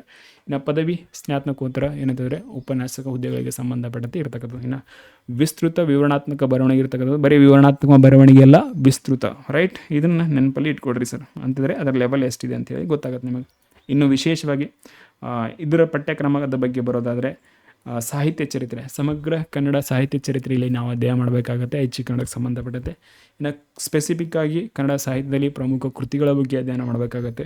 ಇನ್ನು ಭಾಷಾ ವಿಜ್ಞಾನದಲ್ಲಿ ಕನ್ನಡ ಭಾಷೆಯ ಹುಟ್ಟು, ಬೆಳವಣಿಗೆ, ದ್ರಾವಿಡ ಭಾಷೆ ಕುಟುಂಬಗಳ ಬಗ್ಗೆ ನಮಗೆ ಪರಿಜ್ಞಾನ ಇರಬೇಕು. ಸೊ ಓವರಾಲ್ ಆಗಿ ಕನ್ನಡ ಲಿಟ್ರೇಚರಿ, ಕನ್ನಡ ಸಾಹಿತ್ಯ ಅಂತ ಇರ್ತಕ್ಕಂಥದ್ದು. ಸೊ ವಿಶೇಷ ಕನ್ನಡ ಭಾಷೆ ಮತ್ತು ಕನ್ನಡ ಸಾಹಿತ್ಯ ಇವೆರಡರ ಬಗ್ಗೆ ಒಂದು ನಮಗೆ ಸಾಮಾನ್ಯ ಪರಿಚಯ ಮಾತ್ರ ಸಾಲದು, ಒಂದು ಡೆಪ್ತ್ ನಾಲೆಜ್ ಬೇಕು ಸರ್ ಐಚ್ಛಿಕ ಕನ್ನಡಕ್ಕೆ ಸಂಬಂಧಪಡುತ್ತೆ. ಇಷ್ಟು ನೆನಪಲ್ಲಿ ಇಟ್ಕೊಡ್ರಿ ಸರ್. ಆದರೆ ನಮಗೆ ಐಚ್ಛಿಕ ಕನ್ನಡ ಕಡ್ಡಾಯ ಕನ್ನಡಕ್ಕಿಂತ ಇಂಪಾರ್ಟೆಂಟ್ ಯಾವುದು ಅಂದರೆ ಸಾಮಾನ್ಯ ಕನ್ನಡ ಪತ್ರಿಕೆ. ಇಷ್ಟು ನೆನಪಲ್ಲಿ ಇಟ್ಕೊಡ್ರಿ ಸರ್. MCQs ಫಾರ್ಮೆಟಲ್ಲಿ ಇರ್ತಕ್ಕಂಥದ್ದು, ಉಳಿದಂತೆ ಆಗಿರ್ತಕ್ಕಂಥದ್ದು. ಸೊ ನಾವು ನೆಕ್ಸ್ಟ್ ಬರೀ ಸರ್ ಯಾವುದು ಪರೀಕ್ಷೆಯಲ್ಲಿ ಪ್ರಶ್ನೆಗಳ ಹಂಚಿಕೆಯ ಶ್ರೇಣಿ ಕ್ರಮ ಹೇಗಿದೆ ಅನ್ನೋದ್ರ ಬಗ್ಗೆ ನಾವು ನೋಡೋಣ ಸರ್. ಫಸ್ಟ್ ಬನ್ನಿ ಸರ್, ಯಾವುದು ಇವಾಗ ಇದು ಬರ್ತಕ್ಕಂಥದ್ದು ಯಾವುದಂದ್ರೆ ಸಾಮಾನ್ಯ ಕನ್ನಡಕ್ಕೆ ಸಂಬಂಧಪಟ್ಟಂತೆ ನೆನಪಲ್ಲಿ ಇಟ್ಕೊಡ್ರಿ ಸರ್. ಇದು ಯಾವುದಿದೆ ಸರ್? ಇದು ಸಾಮಾನ್ಯ ಕನ್ನಡ ಪತ್ರಿಕೆ ಬಗ್ಗೆ ನಾನು ಹೇಳ್ತಾ ಇದ್ದೀನಿ, ನೆನಪಲ್ಲಿ ಇಟ್ಕೊಡ್ರಿ ಸರ್. ರೈಟ್, ನಾವು ಬರೀ ಸರ್ ವಿಷಯದ ಭಾಗ ಅಂದರೆ ಇವಾಗ 100 ಕ್ವಶನ್ಸ್ ಬರ್ತಾ ಇದ್ದೇವೆ ಅಂದ್ಕೊಡ್ರಿ. ಆ 100 ಕ್ವಶನಿಗೆ ಸಂಬಂಧ 100% ಕ್ವಶನ್ಸ್ ಬರ್ತಾ ಇದೆ, 100% ನಾವು ಕನ್ವರ್ಟ್ ಮಾಡಿದಾಗ ಇವಾಗ ಪ್ರೆಸೆಂಟ್ 2024 ಆದ ನಂತರದಲ್ಲಿ ನಾನು ಹೇಳ್ತಾ ಇದ್ದೀನಿ. ರೈಟ್, ಸಮಗ್ರ ವ್ಯಾಕರಣಕ್ಕೆ ಸಂಬಂಧಪಟ್ಟಂತೆ 40% ಕ್ವಶನ್ಸ್ ಬರ್ತಕ್ಕಂಥದ್ದು. ಸೊ ಹಾಗಾಗಿ ವೇಟೇಜ್ ಯಾವುದರಲ್ಲಿ ಜಾಸ್ತಿ ಇದೆ ಸರ್ ಅಂತಿದ್ರೆ ಇದರ ಬಗ್ಗೆ, ಯಾವುದು ಸಮಗ್ರ ವ್ಯಾಕರಣದ ಬಗ್ಗೆ. ಅದಾದ ಮೇಲೆ ಶಬ್ದ ಸಂಪತ್ತು ಸರ್, ವೆಕಬ್ಯುಲರಿ 30% ಇರ್ತಕ್ಕಂಥದ್ದು, ಮೀಡಿಯಮ್ ಇರ್ತಕ್ಕಂಥದ್ದು. ಸೊ ಒಟ್ಟಾರೆಯಾಗಿ ಸಾಮಾನ್ಯ ಕನ್ನಡ ಪತ್ರಿಕೆಯಲ್ಲಿ ವ್ಯಾಕರಣ ಮತ್ತು ಶಬ್ದ ಸಂಪತ್ತು ಎರಡು ಸೇರಿ 70% ವೇಟೇಜ್ ಇರ್ತಕ್ಕಂಥದ್ದು. ಅದಾದ ನಂತರ ಸಾಹಿತ್ಯ ಚರಿತ್ರೆ, ಮುಂಚೆ ಅಷ್ಟು ಕ್ವಶನ್ ಬರ್ತಿರಲಿಲ್ಲ, ಇತ್ತೀಚೆಗೆ ಸಾಹಿತ್ಯ ಚರಿತ್ರೆಯಿಂದ ಕ್ವಶನ್ ಜಾಸ್ತಿ ಆಗಿದಾವೆ, ಡೈರೆಕ್ಟ್ಲಿ ಇಂಡೈರೆಕ್ಟ್ಲಿ. ಅದೇನಿದೆ ಅಂತ ನಾನು ಹೇಳ್ತೀನಿ ನಮ್ಮ ಮುಂದಕ್ಕೆ. 15% ಕ್ವಶನ್ಸ್ ಏನಂತಿದ್ರೆ ಸಾಹಿತ್ಯ ಚರಿತ್ರೆಯಿಂದ ಬರ್ತಕ್ಕಂಥದ್ದು. ಇನ್ನು ನಾಡು ನುಡಿಯ ಪರಿಚಯ, ನಾಡು ನುಡಿ ಅಂದರೆ ಕನ್ನಡ ನಾಡು, ಮತ್ತು ನುಡಿ ಅಂದರೆ ಕನ್ನಡ ಭಾಷೆಯ ಪರಿಚಯ ಅಂದರೆ ಅದರ ಐತಿಹಾಸಿಕ ಹಿನ್ನೆಲೆ ಅರೌಂಡ್ 10% ಕ್ವಶನ್ ಬರ್ತಕ್ಕಂಥದ್ದು. ಇನ್ನು ನಾಡು ನುಡಿಗೆ ಸಂಬಂಧಪಟ್ಟಂತೆ ಪ್ರಚಲಿತ ವಿಷಯಗಳಿಗೆ 5% ಕ್ವಶನ್ಸ್ ಬರ್ತಕ್ಕಂಥದ್ದು. ಸೊ ನಾವು ಇಲ್ಲಿ ಏನು ಮಾಡ್ತೀವಿ ಅಂತಿದ್ರೆ ನಮ್ಮ ತಯಾರಿ ಆಲ್ಮೋಸ್ಟ್ ಫೋಕಸ್ ಇರತಕ್ಕದ್ದು ಯಾವುದ್ರ ಮೇಲೆ ಸರ್ ಅಂದರೆ ಸಮಗ್ರ ವ್ಯಾಕರಣ ಮತ್ತು ಶಬ್ದ ಸಂಪತ್ತು ಇವೆರಡರ ಮೇಲೆ. ಸೊ ಇತ್ತೀಚೆಗೆ ಕ್ವಶನ್ ಪೇಪರ್ 70-75% ಇವೆರಡರ ಮೇಲೆ ವೇಟೇಜ್ ಇರ್ತಕ್ಕಂಥದ್ದು. ಉಳಿದಂತೆ ಸಾಹಿತ್ಯ ಪಾಠ ನಾವಿಲ್ಲಿ ನೆಗ್ಲೆಕ್ಟ್ ಮಾಡ್ತೀವಿ, ಅರೌಂಡ್ 15% ಕ್ವಶನ್ಸ್. ನಾಡು ನುಡಿಯ ಪರಿಚಯ ಅಂದರೆ ಭಾಷೆ, ಕನ್ನಡ ಭಾಷೆ ಐತಿಹಾಸಿಕ ಹಿನ್ನೆಲೆ ಅರೌಂಡ್ 10% ಕ್ವಶನ್ಸ್. ಜೊತೆಗೆ ವ್ಯಾಕರಣ, ಶಬ್ದ ಸಂಪತ್ತು, ಸಾಹಿತ್ಯ ಚರಿತ್ರೆ, ನಾಡು ನುಡಿಯ ಪರಿಚಯ ಈ 4 ವಿಷಯಗಳಿಗೆ ಸಂಬಂಧಪಟ್ಟಿದ ಏನಾದರೂ ಕರೆಂಟ್ ಅಫೇರ್ಸ್ ಇತ್ತಂದರೆ ಅದನ್ನು ಕರೆಂಟ್ ಅಫೇರ್ಸ್ ಜೊತೆ ಅಟ್ಯಾಚ್ ಮಾಡಿ ಅದರಲ್ಲಿ ವಿಶೇಷವಾಗಿ ಕನ್ನಡ ಭಾಷೆಯಲ್ಲಿ ಅರೌಂಡ್ 5% ಕ್ವಶನ್ ನಮಗೆ ನೋಡೋಕೆ ಬರ್ತಕ್ಕಂಥದ್ದು. ಸೊ ಒಟ್ಟಾರೆಯಾಗಿ ಸಾಮಾನ್ಯ ಕನ್ನಡ ಪತ್ರಿಕೆಗೆ ಸಂಬಂಧಪಟ್ಟಂತೆ ನಮಗೇನು ಸರ್ ಅಂತಿದ್ರೆ ಕನ್ನಡ ನಾಡು ಸಾಮಾನ್ಯ ಪರಿಚಯ ಇರಬೇಕು, ಕನ್ನಡ ನುಡಿ ಅಂದರೆ ಭಾಷೆಯ ಬಗ್ಗೆ ಸಾಮಾನ್ಯ ಪರಿಚಯ ಇರಬೇಕು, ಮತ್ತು ಅವೆರಡರ ಐತಿಹಾಸಿಕ ಹಿನ್ನೆಲೆ ಜೊತೆಗೆ ಕರೆಂಟ್ ಅಫೇರ್ಸ್ ಈ ವಿಷಯಕ್ಕೆ ಸಂಬಂಧಪಟ್ಟಂತೆ ಏನಾದರೂ ಕರೆಂಟ್ ಅಫೇರ್ಸಲ್ಲಿ ನಡೀತಾ ಇದ್ದಾರೆ, ಲೈಕ್ ಇವಾಗ ಕನ್ನಡ ಭಾಷೆಯ ಉಳಿವಿಗಾಗಿ ನಾವು ಯಾವ್ದಾದ್ರು ಸರ್ಕಾರ ಯಾವುದೊಂದು ಯೋಜನೆ ನಡೆಸ್ತಾ ಇದೆ ಅಂದರೆ ಅದರ ಬಗ್ಗೆ ಇರ್ತಕ್ಕಂಥದ್ದು ಈ ಕರೆಂಟ್ ಅಫೇರ್ಸಲ್ಲಿ ಈ ರೀತಿಯಾಗಿ ನಾವು ಇದನ್ನು ನೋಡ್ಕೋಬೇಕಾಗುತ್ತೆ. ಬಿಟ್ಟರೆ ಕನ್ನಡ ಸಾಹಿತ್ಯ ಚರಿತ್ರೆ, ಅದು ಬಿಟ್ಟರೆ ಶಬ್ದ ಸಂಪತ್ತು, ಆ ಶಬ್ದ ಸಂಪತ್ತಲ್ಲಿ ಅಗೇನ್ ವಿರುದ್ಧಾರ್ಥಕ ಪದ ಏನಿದೆ, ಸಮಾನಾರ್ಥಕ ಪದ ಏನಿದೆ ಅವುಗಳನ್ನೆಲ್ಲ ನೋಡೋಣ ನಾವು. ರೈಟ್, ಗಾದೆ ಮಾತು, ನುಡಿಗಟ್ಟು ಎಲ್ಲವೂ ಇದರಲ್ಲಿ ಒಳಗೊಂಡಿರ್ತಕ್ಕಂಥದ್ದು. ರೈಟ್, ಅದಾದ ಮೇಲೆ ಸಮಗ್ರ ವ್ಯಾಕರಣ, ರೈಟ್, ವರ್ಣಮಾಲೆಯಿಂದ ಹಿಡಿದು ಅಪ್ ಟು ಛಂದಸ್ಸು, ಅಲಂಕಾರವರೆಗೆ ನಾವು ನೋಡ್ಕೋಬೇಕಾಗತ್ತೆ. ರೈಟ್, ಸೊ ಈ ರೀತಿ ಈ ಎಲ್ಲ ವಿಷಯಗಳ ಮೇಲೆ ಸಾಮಾನ್ಯವಾಗಿ ಒಂದು ಫಂಡಮೆಂಟಲ್ ಬೇಸ್ ಹಾಕೊಂಡು ನೀವು ಪ್ರಾಪರ್ ವೇಲಿ ಕವರ್ ಮಾಡಿದಾಗ 100% ಸಿಲೆಬಸ್ ಕವರ್ ಅಂತಲ್ಲ, 100% ನಾವು ಸಿಲೆಬಸ್ ಬಗ್ಗೆ ಒಂದು ಓವರ್ವ್ಯೂ ನೋಡ್ಕೊಂಡಂಗೆ ಆಗುತ್ತೆ. ರೈಟ್, ಇಷ್ಟು ನೆನಪಲ್ಲಿ ಇಟ್ಕೊಡ್ರಿ. ಇಲ್ಲ ಸರ್ ನಾನು ಬರೀ ಇವೆರಡರ ಮೇಲೆ ಫೋಕಸ್ ಮಾಡ್ತೀರಾ, ಅರೌಂಡ್ 70-75ವರೆಗೆ ನಾವು ಕ್ಲಿಯರ್ ಮಾಡ್ದಂಗೆ ಅಷ್ಟೇ ಉದಿರ್ತಕ್ಕಂಥ ನಾನು ಹೇಳಿದ್ದೀನಿ. ಯಾಕಂದರೆ ಮ್ಯಾಕ್ಸಿಮಮ್ ಸ್ಕೋರ್ ನಾವು ಇರಲಿ ಮಾಡಲೇಬೇಕಾಗತ್ತೆ. ಸೊ ಈ ಎಲ್ಲವನ್ನು ಪ್ರಿವಿಯಸ್ ಇಯರ್ ಕ್ವಶನ್ ಪೇಪರ್ನ ಗಮನದಲ್ಲಿ ಇಟ್ಕೊಂಡೆ ಅವುಗಳನ್ನು ಅನಲೈಸ್ ಮಾಡಿದ ಮೇಲೆ ಈ ಚಿತ್ರಣ ಸಿಕ್ಕಿರ್ತಕ್ಕಂಥದ್ದು. ಸೊ ಇದರ ಬೇಸ್ ಆದಮೇಲೆ ಪ್ರಿವಿಯಸ್ ಇಯರ್ ಕ್ವಶನ್ ಪೇಪರ್ನ ಒಂದು ರೋಡ್ ಮ್ಯಾಪ್ ಹಾಕ್ಕೊಂಡು ಮುಂದೆ ಫ್ಯೂಚರಲ್ಲಿ 1-2 ಸ್ಟೆಪ್ ಮುಂದುಗಡೆ ಹೋಗಿ ಈ ರೀತಿ ಬರ್ತಾಯಿದ್ದಾರೆ, ಮುಂದೆ ಈ ರೀತಿ ಕ್ವಶನ್ ಬರ್ಬೋದು ಅನ್ನೋ ಗಮನದಲ್ಲಿ ಇಟ್ಕೊಂಡು ಈ ಪುಸ್ತಕದಲ್ಲಿ 59 ಚಾಪ್ಟರ್ಗಳನ್ನು ಆ್ಯಡ್ ಮಾಡಿರ್ತಕ್ಕಂಥದ್ದು. ಸೊ 59 ಚಾಪ್ಟರ್ಗಳನ್ನು ಈ ಬೇಸ್ ಆದ್ರ ಮೇಲೆ ನಾವು ಅಂತಂದರೆ ಡಿವೈಡ್ ಮಾಡಿ ಒಂದೊಂದನ್ನು ನಾವು ಅಧ್ಯಯನ ಮಾಡೋಣ.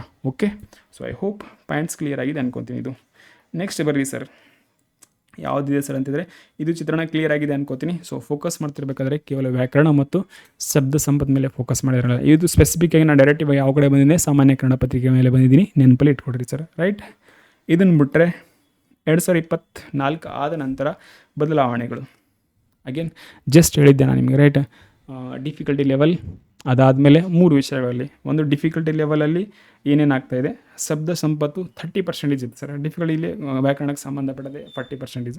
ಶಬ್ದ ಸಂಪತ್ತಿನ 30% ಕ್ವಶನ್ಸ್. ಇನ್ನು ಅಂತರ ಶಿಸ್ತಿಯ ಸಿದ್ಧತೆ, ಈ ಕೆಲವೊಂದು ವಿಚಾರಗಳಿದೆ. ಇವುಗಳ ಬಗ್ಗೆ ಏನಿದೆ ಅನ್ನೋದ್ರ ಬಗ್ಗೆ ನಾವು ನೋಡೋಣ ಸರ್. ಇವಾಗ ಒಂದೊಂದನ್ನು ಡಿಸ್ಕಷನ್ ಮಾಡೋಣ ಅಂತ ನಾವು ಬರ್ರಿ ಸರ್ ಇಲ್ಲಿ. Okay fine sir. ಇವಾಗ ಇಲ್ಲಿ MCQs ಫಾರ್ಮೆಟಿಗೆ ಸಂಬಂಧಪಟ್ಟದೆ, ರೈಟ್. ಅದ್ರ ಬಗ್ಗೆ ಒಂದು ಡೈಗ್ರಾಮ್ ಹಾಕಿ ತೋರಿಸ್ತೀನಿ ನಾನು ನಿಮಗೆ. ಡೈಗ್ರಾಮ್ ಅಂತಲ್ಲ, ಜಸ್ಟ್ ಎಕ್ಸ್ಪ್ಲೇನ್ ಮಾಡಿರ್ತೀನಿ, ನೀವು ಚಂದ ನೆನಪಲ್ಲಿ ಇಟ್ಕೊಡ್ರಿ ಸರ್. ಅಂದರೆ ವಸ್ತುನಿಷ್ಠ ಮಾದರಿ ಪ್ರಶ್ನೆ ಪತ್ರಿಕೆ. ಇದನ್ನು ಯಾಕೆ ಹೇಳ್ತಾ ಇದೆ ಅಂದರೆ, ಇಲ್ಲಿ 2024 ಆದ ನಂತರ ಏನು ಬದಲಾವಣೆ ಆಗಿ ಅನ್ನೋದನ್ನು, ರೈಟ್. ಇದುವರೆಗೆ ನಾವೇನೆಲ್ಲ ವಿಚಾರಗಳನ್ನ ಡಿಸ್ಕಷನ್ ಮಾಡೀವಲ್ಲ, ನಾವು ಇವಾಗ ನೆಕ್ಸ್ಟ್ ಅಪ್ಕಮಿಂಗ್ ನಾವು 5 to 10 minutes ಏನು ಡಿಸ್ಕಷನ್ ಮಾಡ್ತೀವಲ್ಲ, ಇದು ಡಿಸೈಡ್ ಮಾಡುತ್ತೆ ಇವಾಗ ನಮಗೆ. ಅಂದರೆ ನಮ್ಮ ತಯಾರಿ ಹೇಗಿರಬೇಕು ಅನ್ನೋದು, ರೈಟ್. ನಾವು MCQs ಫಾರ್ಮೆಟಿಗೆ ಸಂಬಂಧಪಟ್ಟದೆ ಬನ್ನಿ ಸರ್. ನಾವು ಗೌರ್ಮೆಂಟಲ್ಲಿ ವಿಶೇಷವಾಗಿ ನಾನು ಜಸ್ಟ್ ಹೇಳಿದ್ದೆ, ನಮಗೆ ಸರ್ಕಾರಿ ಹುದ್ದೆಗಳಿಗೆ ಸಂಬಂಧಪಟ್ಟದೆ ಗ್ರೂಪ್ ಎ, ಗ್ರೂಪ್ ಬಿ, ನಾವು ಗ್ರೂಪ್ ಸಿ, ಗ್ರೂಪ್ ಡಿ ಇರತಕ್ಕಂಥದ್ದು. ಅದರಲ್ಲಿ ವಿಶೇಷವಾಗಿ ಗ್ರೂಪ್ ಸಿ ಲೆವೆಲ್ ಹುದ್ದೆಗಳಿಗೆ ಸಂಬಂಧಪಟ್ಟದೆ 80%. ಇವಾಗ 100 ಪೋಸ್ಟ್ ಇದಾವೆ ಅಂತ ಹೇಳಿದ್ರೆ ಸರ್ಕಾರಿ ಹುದ್ದೆಯಲ್ಲಿ, ಅದರಲ್ಲಿ group A, B, C, D ಈ 4 ಕ್ಯಾಟಗರೈಸ್ ಮಾಡಿದಾಗ ಆ 100 ಪೋಸ್ಟಲ್ಲಿ 80 ಪೋಸ್ಟ್ ಗ್ರೂಪ್ ಸಿ ರ್ಯಾಂಕಿಂಗ್ಗೆ ಇರತಕ್ಕಂಥದ್ದು. ಇದು ನಿಮ್ಗೆ ಅರ್ಥ ಆಗಿದೆ ಇವಾಗ, ರೈಟ್. ಅಂದರೆ ಅತಿ ಹೆಚ್ಚಿನ ನೋಟಿಫಿಕೇಷನ್ ಏನಾದರೂ ಆದರೆ ಫ್ಯೂಚರಲ್ಲಿ ಅವೆಲ್ಲ ಜಾಸ್ತಿ ಯಾವುದ್ರಲ್ಲಿರ್ತಾವೆ, ಗ್ರೂಪ್ ಸಿ ಹುದ್ದೆಗಳೇ ಇರ್ತಕ್ಕಂಥದ್ದು. Fine sir. ಇವಾಗ ಗ್ರೂಪ್ ಸಿ ಹುದ್ದೆಗಳು ಎಲ್ಲಿರ್ತಂದ್ರೆ ಅದರಲ್ಲಿ ಬಹುತೇಕ ಕಡೆ PCPS ಕರ್ನಾಟಕದಲ್ಲಿ PCPS ಅನ್ನು ಹೊರತುಪಡಿಸಿದ್ರೆ ಬಹುತೇಕ ಎಲ್ಲ ಕಡೆ ನಾನು ಏನು ಸಿಗುತ್ತೆ ಅಂತ ಹೇಳಿದೆ, ನಾನು ನಿಮ್ಗೆ ಸಾಮಾನ್ಯ ಕನ್ನಡ ಪತ್ರಿಕೆ ಸಿಗುತ್ತೆ ಅಂತ ಹೇಳಿದ್ದೆ. ಆ ಸಾಮಾನ್ಯ ಕನ್ನಡ ಪತ್ರಿಕೆಗೆ ಸಂಬಂಧಪಟ್ಟಿದೆ ನಮಗೆ ಇದುವರೆಗೆ ಅವೈಲೇಬಲ್, ಅದ್ರ ಬೇಸ್ ಆದಮೇಲೆ ನಾನು ನಿಮಗೆ ಹೇಳ್ತೀನಿ, ಇದನ್ನು ಗಮನದಲ್ಲಿ ಇಟ್ಕೊಡ್ರಿ ಸರ್. ಅದರಲ್ಲಿ ಇವಾಗ ನಮ್ಮ ಕಡೆ ಅವೈಲೇಬಲ್ ಇರ್ತಕ್ಕಂಥದ್ದು ಯಾವುದಿದೆ ಸರ್ ಅಂತಂದರೆ, ಅರೌಂಡ್ 1998 ಹಿಡಿದು 2024ವರೆಗೆ. ಇವಾಗ ನಾವು 2026 ಇದ್ದೀವಿ ಸರ್. Fine, okay sir. ನಾವು ಬರ್ರಿ ಸರ್ MCQs ಸಂಬಂಧಪಟ್ಟ ಡಿಫಿಕಲ್ಟಿ ಲೆವೆಲ್, ಇದರ ಬಗ್ಗೆ ಪ್ರತ್ಯೇಕವಾಗಿ ಒಂದು ಕ್ಲಾಸ್ ಮಾಡೋಣ.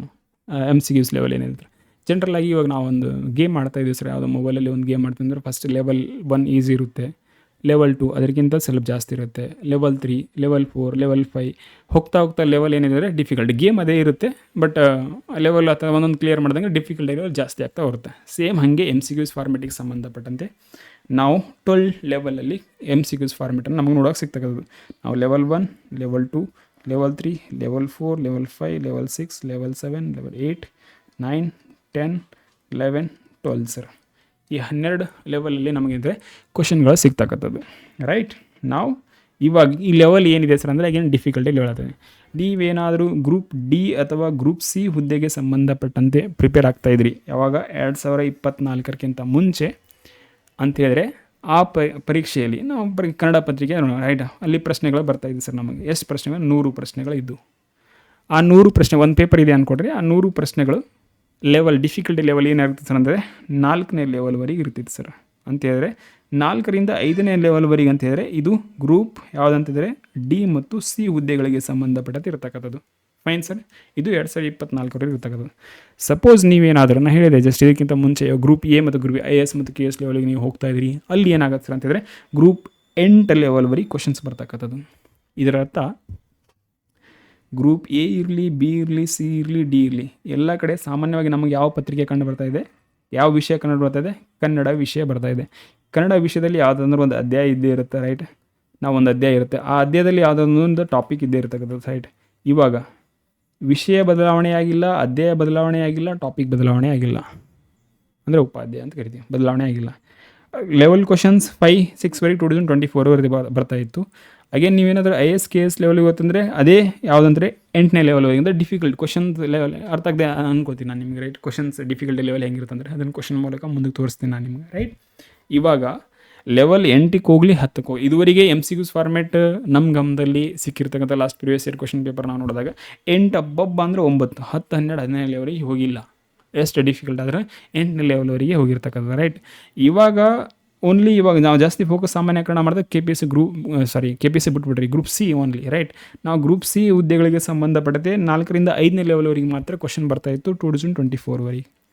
2024ಇಂದ 2026 ರೈಟ್ ನಾವು ನೋಟಿಫಿಕೇಷನ್ ಆಗಿಲ್ಲ ಸರ್, ಕ್ವಶನ್ ಪೇಪರ್ ಎಲ್ಲಿ ಸಿಕ್ತು ನಿಮಗೆ ಅಂತ ಅನಿಸ್ಬೋದು ನಿಮಗೆ ಆಗಿರತಕ್ಕಂಥದ್ರಲ್ಲಿ, ಮತ್ತು ಆ ಎಕ್ಸಾಮ್ ಕ್ಯಾನ್ಸಲ್ ಆಗಿರೋದ್ರಲ್ಲಿ. ಬಟ್ ಕ್ವಶನ್ ಪೇಪರ್ ಅಂದರೆ ಸಿಕ್ತಲ್ಲ, ಆ ಕ್ವಶನ್ ಪೇಪರ್ ಸಿಕ್ಕಿದಾಗ ಆ ಕ್ವಶನ್ ಪೇಪರ್ ನಾವು ಅನಲೈಸ್ ಮಾಡಿದಾಗ 2024 ಆದ ನಂತರ ಈ ಡಿಫಿಕಲ್ಟಿ ಲೆವೆಲ್ ಏನಿದೆಯಲ್ಲ ಎಲ್ಲಿಗೆ ಹೋಗ್ತಾ ಇದೆ ಅಂದರೆ 6 to 7ವರೆಗೆ ಹೋಗ್ತಾ ಇದೆ ಸರ್.